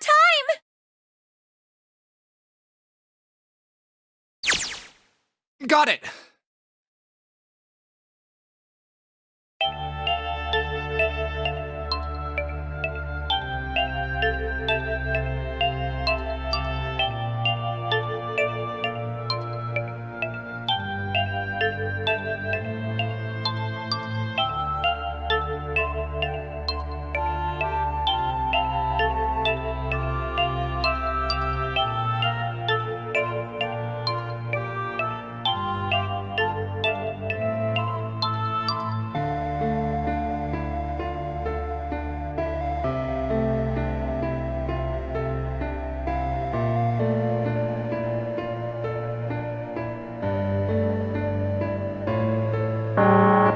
Incineration will begin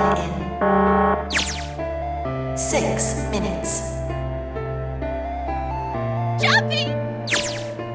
Yeah, I know! Just hang on, alright? I promise I'll get you out of there.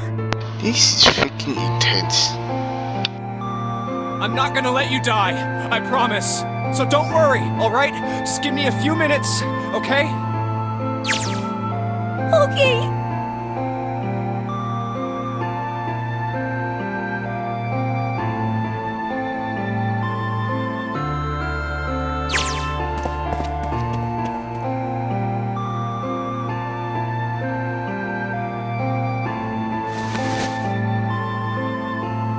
Hey, what are you... Just trust me, okay?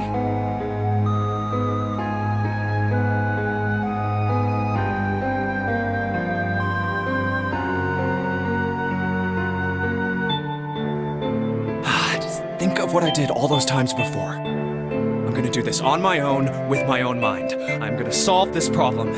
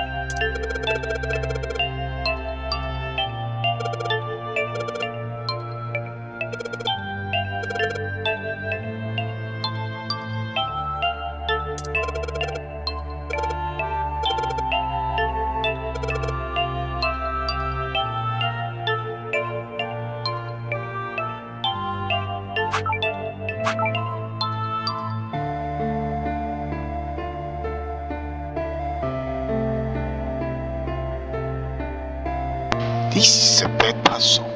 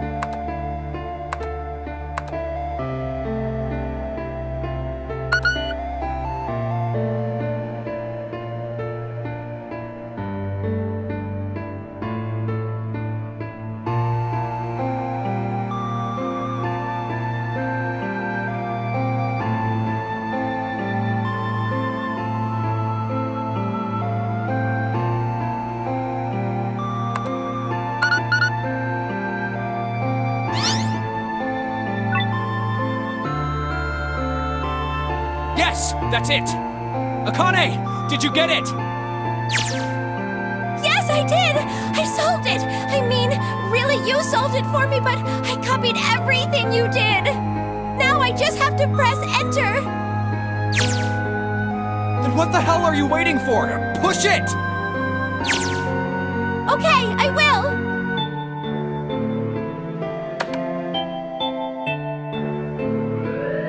Emergency shutdown command has been confirmed. Incineration system has been disabled.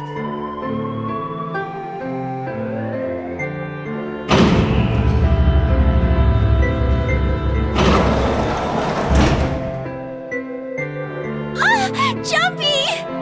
It worked! It worked! The incinerator shut down! It worked!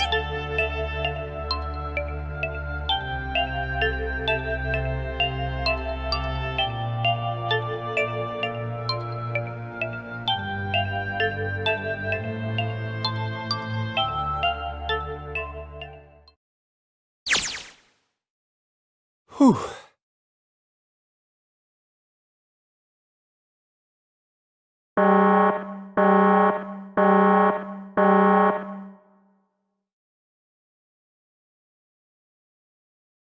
Akane! Sorry, but things are kind of busy over here. I'm gonna have to hang up now, okay? Oh, of course! That's fine!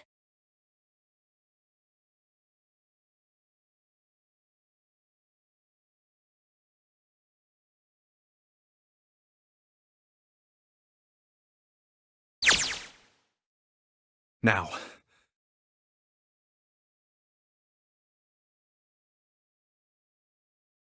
Junpei, are you... Okay? Ah, shut it!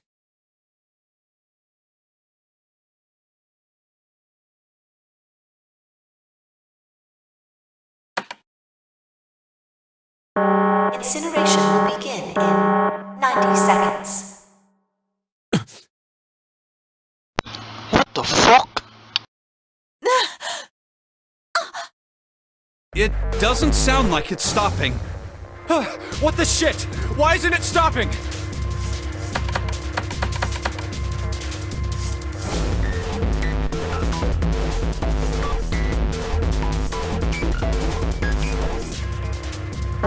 Incineration will begin in 60 seconds.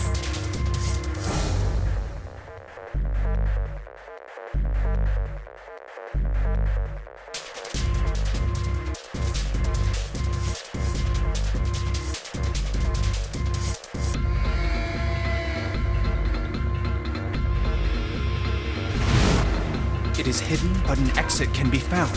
Seek a way out. Seek a door that... It's a freaking queue.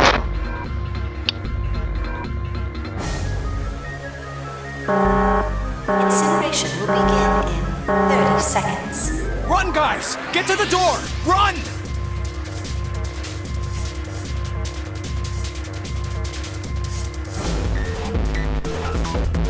Quick! Verify your numbers on the red! Verify? Who? What combination? All of us! We all need to verify! Why? You really think this is a good time to ask questions? Just do it! These freaking cards want to die or something. Incineration will begin in 10 seconds. 9, 8, 7, 6, 5, 4, 3, 2. Central gate has been opened. Incineration system has been disabled. That was close as fuck.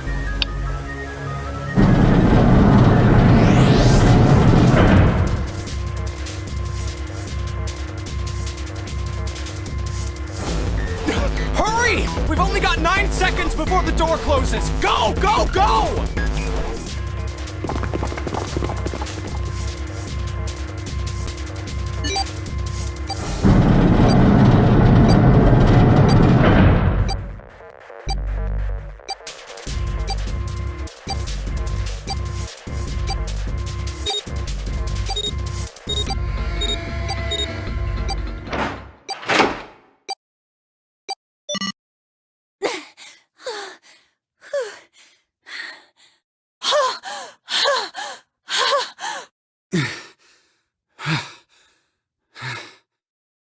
Shit.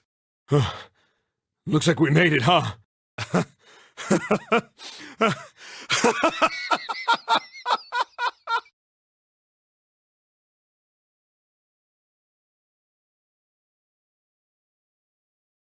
Akane?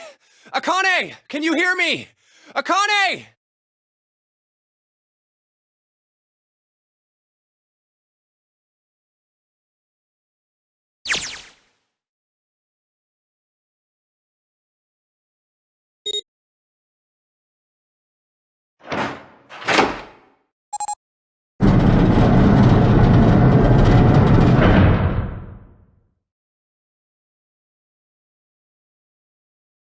Akane! Oi!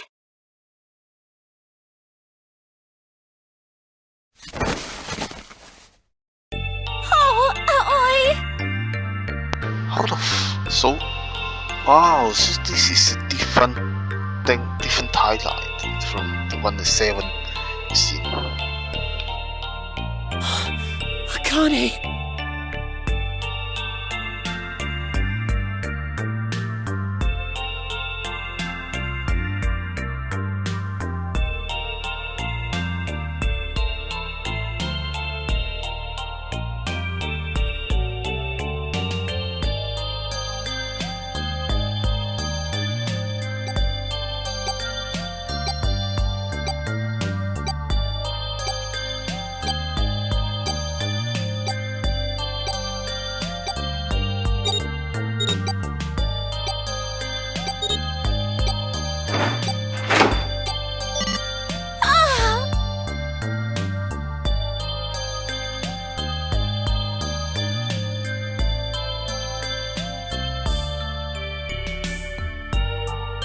Let's get out of here. If we don't book it, we might run into Hongo again.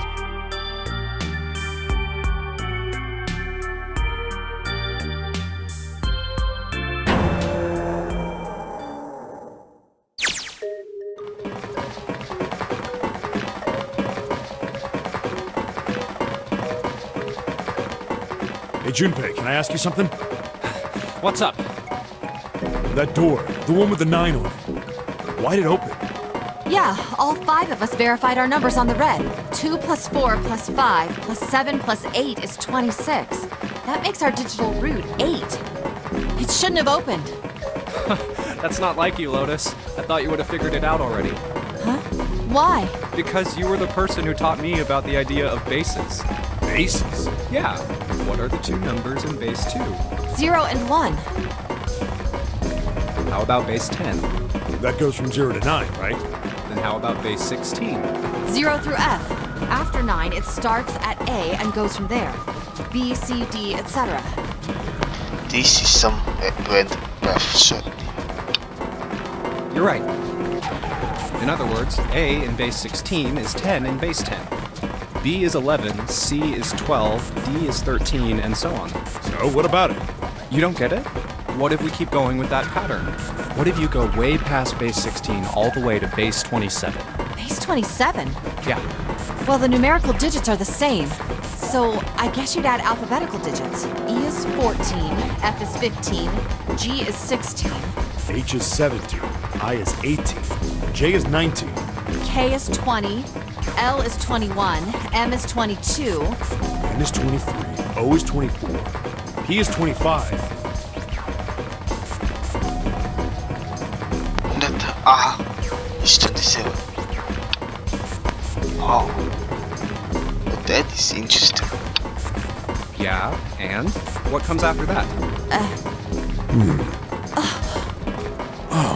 Q. 26! And what does that mean? That wasn't a 9 on the door. It was a Q! A fucking lowercase q! How freaking caught him. Yep, that's pretty much it. I guess to put it another way, you could say that it was a 9 in base 10, but a Q in base 27.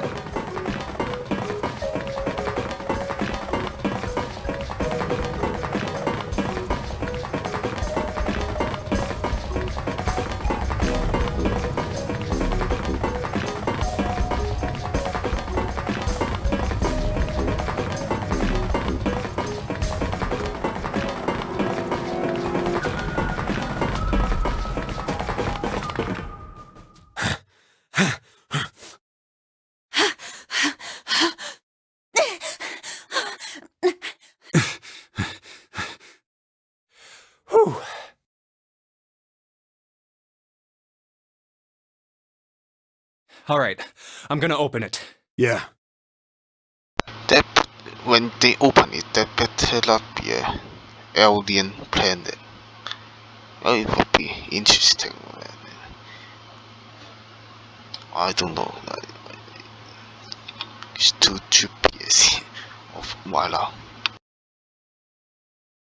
Yes! We're finally here! Please do.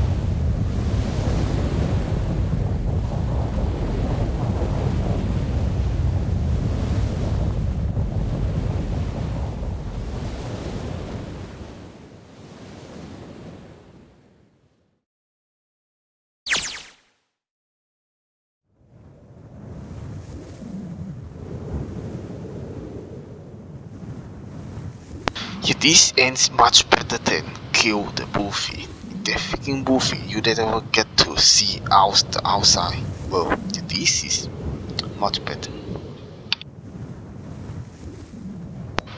It's getting very close to 10 this game. I think it is by out to be a 10.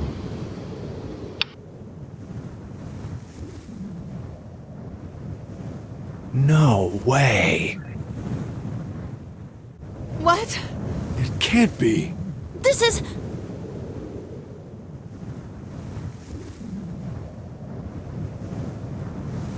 Freaking called it. I called it this. This is the building in the Nevada desert.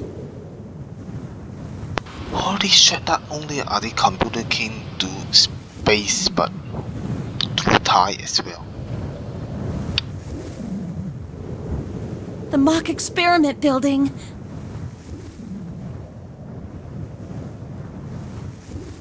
Oh my god. This whole time we were in Building Q. So then is there an actual gigantic it's also going on?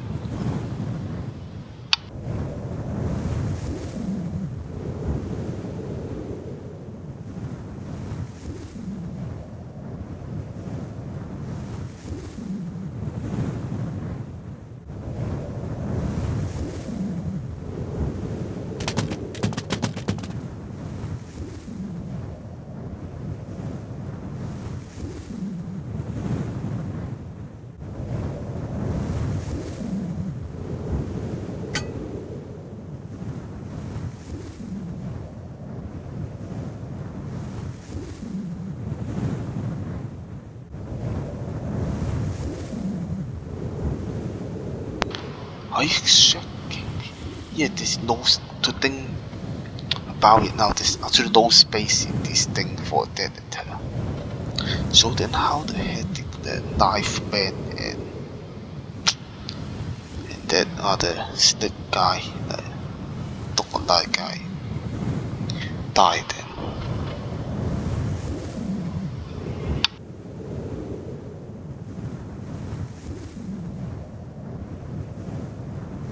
Akane. Jumpy.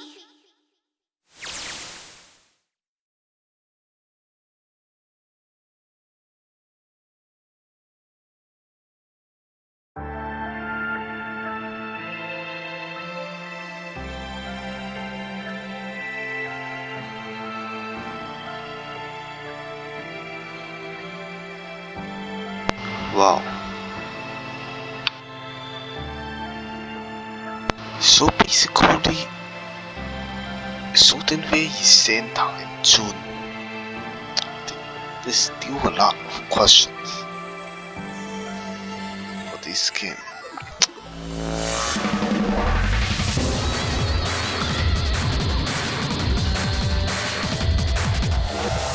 But seeing that ending makes me not want to see the other ending. I'm not super fine with it. See the other ending stuff.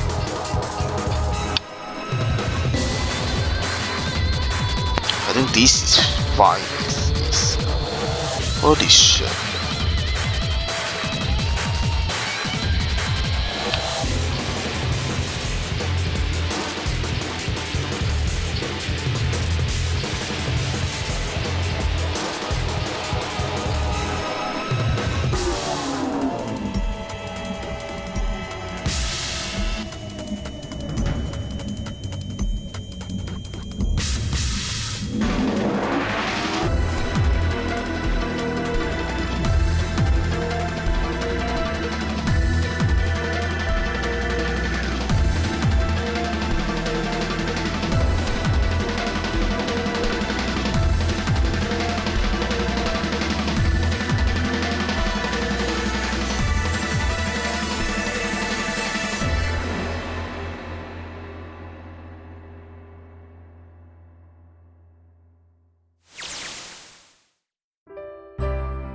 Are you okay? Oh, come on. This is nothing. Really? Yeah. You don't look okay.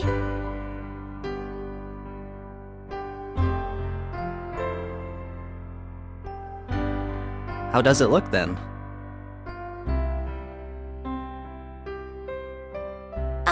Well, let's see. What the heck happened to you? It looks like you kissed a toad and got warts, but then they just kept growing and growing and growing. What does that even mean? Oh, ow, ow, ow, ow. See? I told you you're not okay. You're too reckless. You can't beat 5 8th graders, Jumpy. That's crazy. Yeah, but I couldn't just stand there. I mean, don't you think so? I had to do something.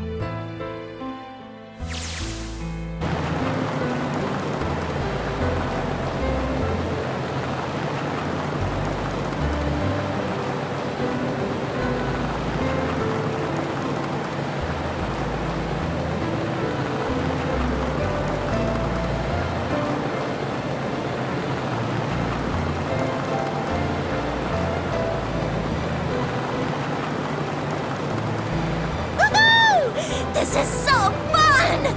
This is so awesome! Driving is so great when there's nothing around, and there's no speed limit. Hey, Clover, watch those bumps, all right? This car jumps even a little, and I think I'm gonna get crushed to death. Hey, shut it. I can't help if I'm big, all right? Suck it up. Why don't you drive, Seven? I'm a cop. I ain't gonna break the law. He doesn't have an international license. Yeah, but you could have sat in the passenger seat. Oh, hell no. There's no way I'm giving this seat up. This is what I want to see from the first kill movie. And Clover, there's no need to slow down. The car Santa and June are in should be somewhere down this road ahead of us. Yeah, I saw some fresh tire tracks going out. There's no doubt about it. Then we've got to hurry if we want to catch them, don't we? Sure thing.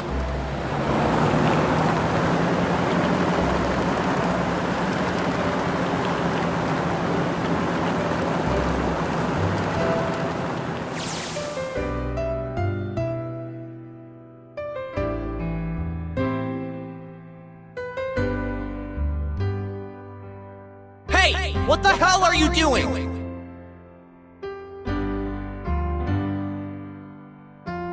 Help me! Officer, please! You have to come with me!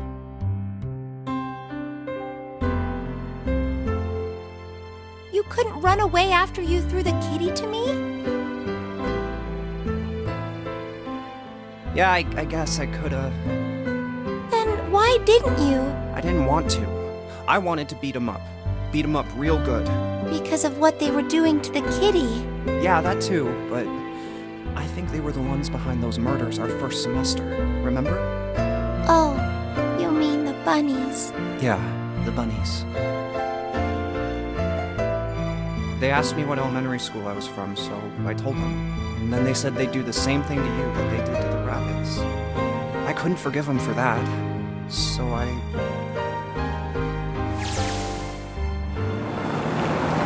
Hey, there's still some stuff I don't get.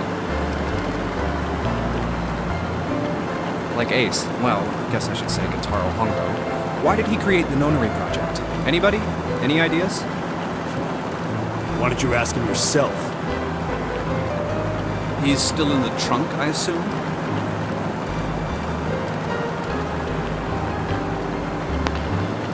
Wow.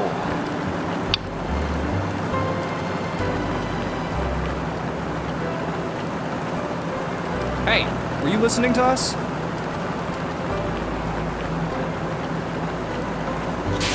Come on, I know you were. Answer me.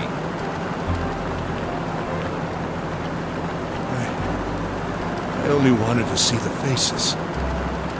Human faces. I thought if I could gain the ability to access the morphic field set, then perhaps I could see faces. By peering into people's minds, you could understand how they were processing the expressions of others. That's it?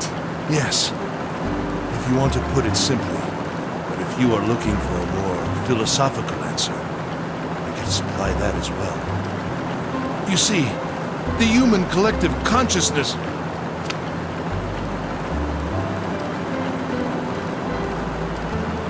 All right, so what's your second question? I should have let him speak. You said there were some things you didn't get, didn't you? Well, my next question doesn't really have anything to do with you two. This is for you, Seven. It's about the whole Alice thing. What's the deal with that? Well, you see, 9 years ago, after I escaped from the Gigantic, I kept going after Hongo on my own. I catch him when he finally slipped up. During the course of our investigations, I learned a lot more about the Gigantic.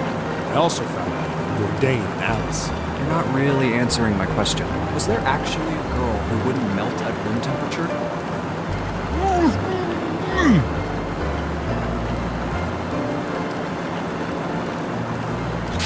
What? Alice doesn't exist. 9 years ago, I found Alice's coffin behind the library on the bottom deck. There was nothing in it but the root of a peculiar plant. My research determined that it was a member of the genus Madrigal, of the family Solanaceae, and was able to extract a particular alkaloid from it. I used that extract to create Soparu. Its creation was a tremendous boon to my firm, and we grew rapidly.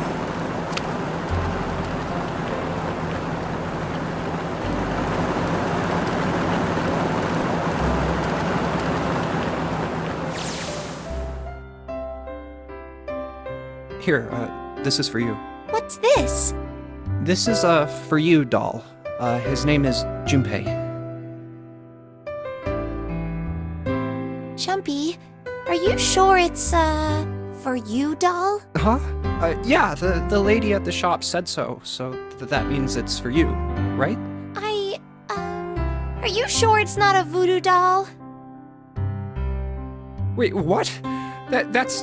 Oh, man. Oh, man.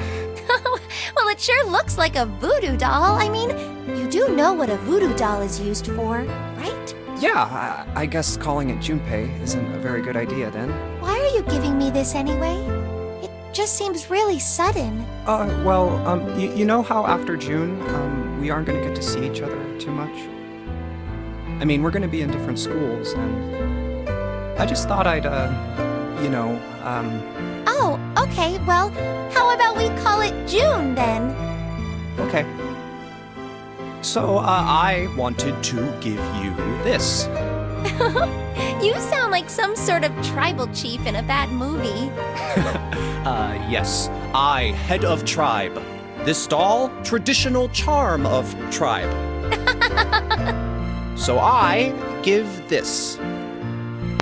David using the voice actors. That's the auto voice actors. It's kids. It me. So we always together. Oh, Jumpy. If something bad, then hold and pray. I go wherever you are. So here, take. Thank you. Thank you so much, Jumpy.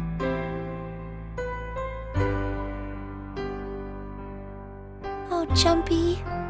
I'll never forget you, I promise. I'll never forget you either.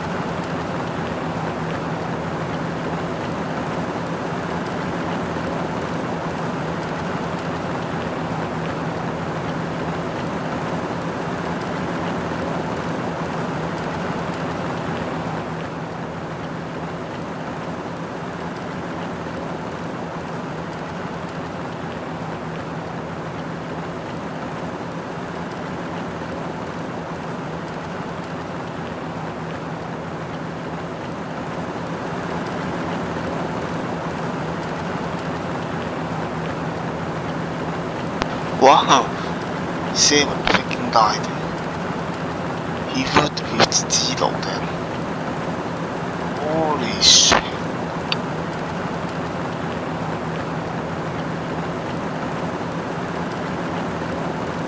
Hey, look! Over there! There's somebody next to the road. What?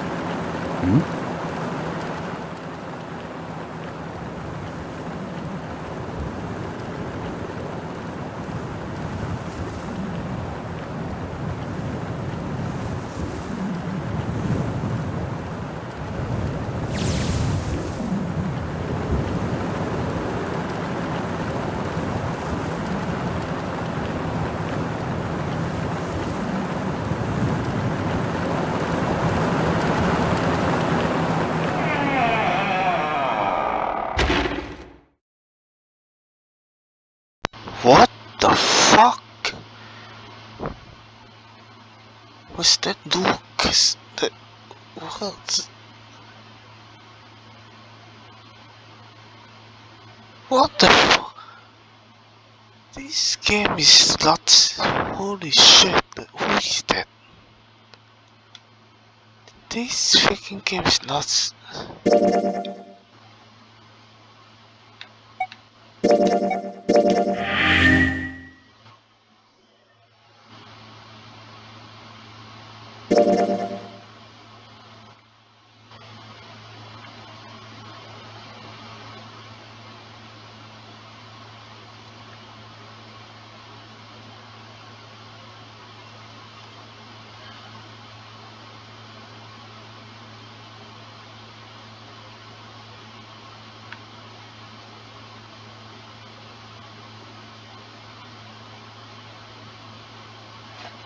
It is most likely June, like, but how the... Like, what the fuck? That is too freaking nuts. This game is just too freaking nuts. I still like Danganronpa more.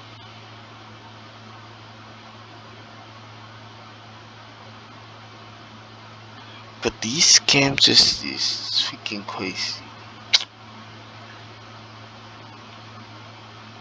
What is shit?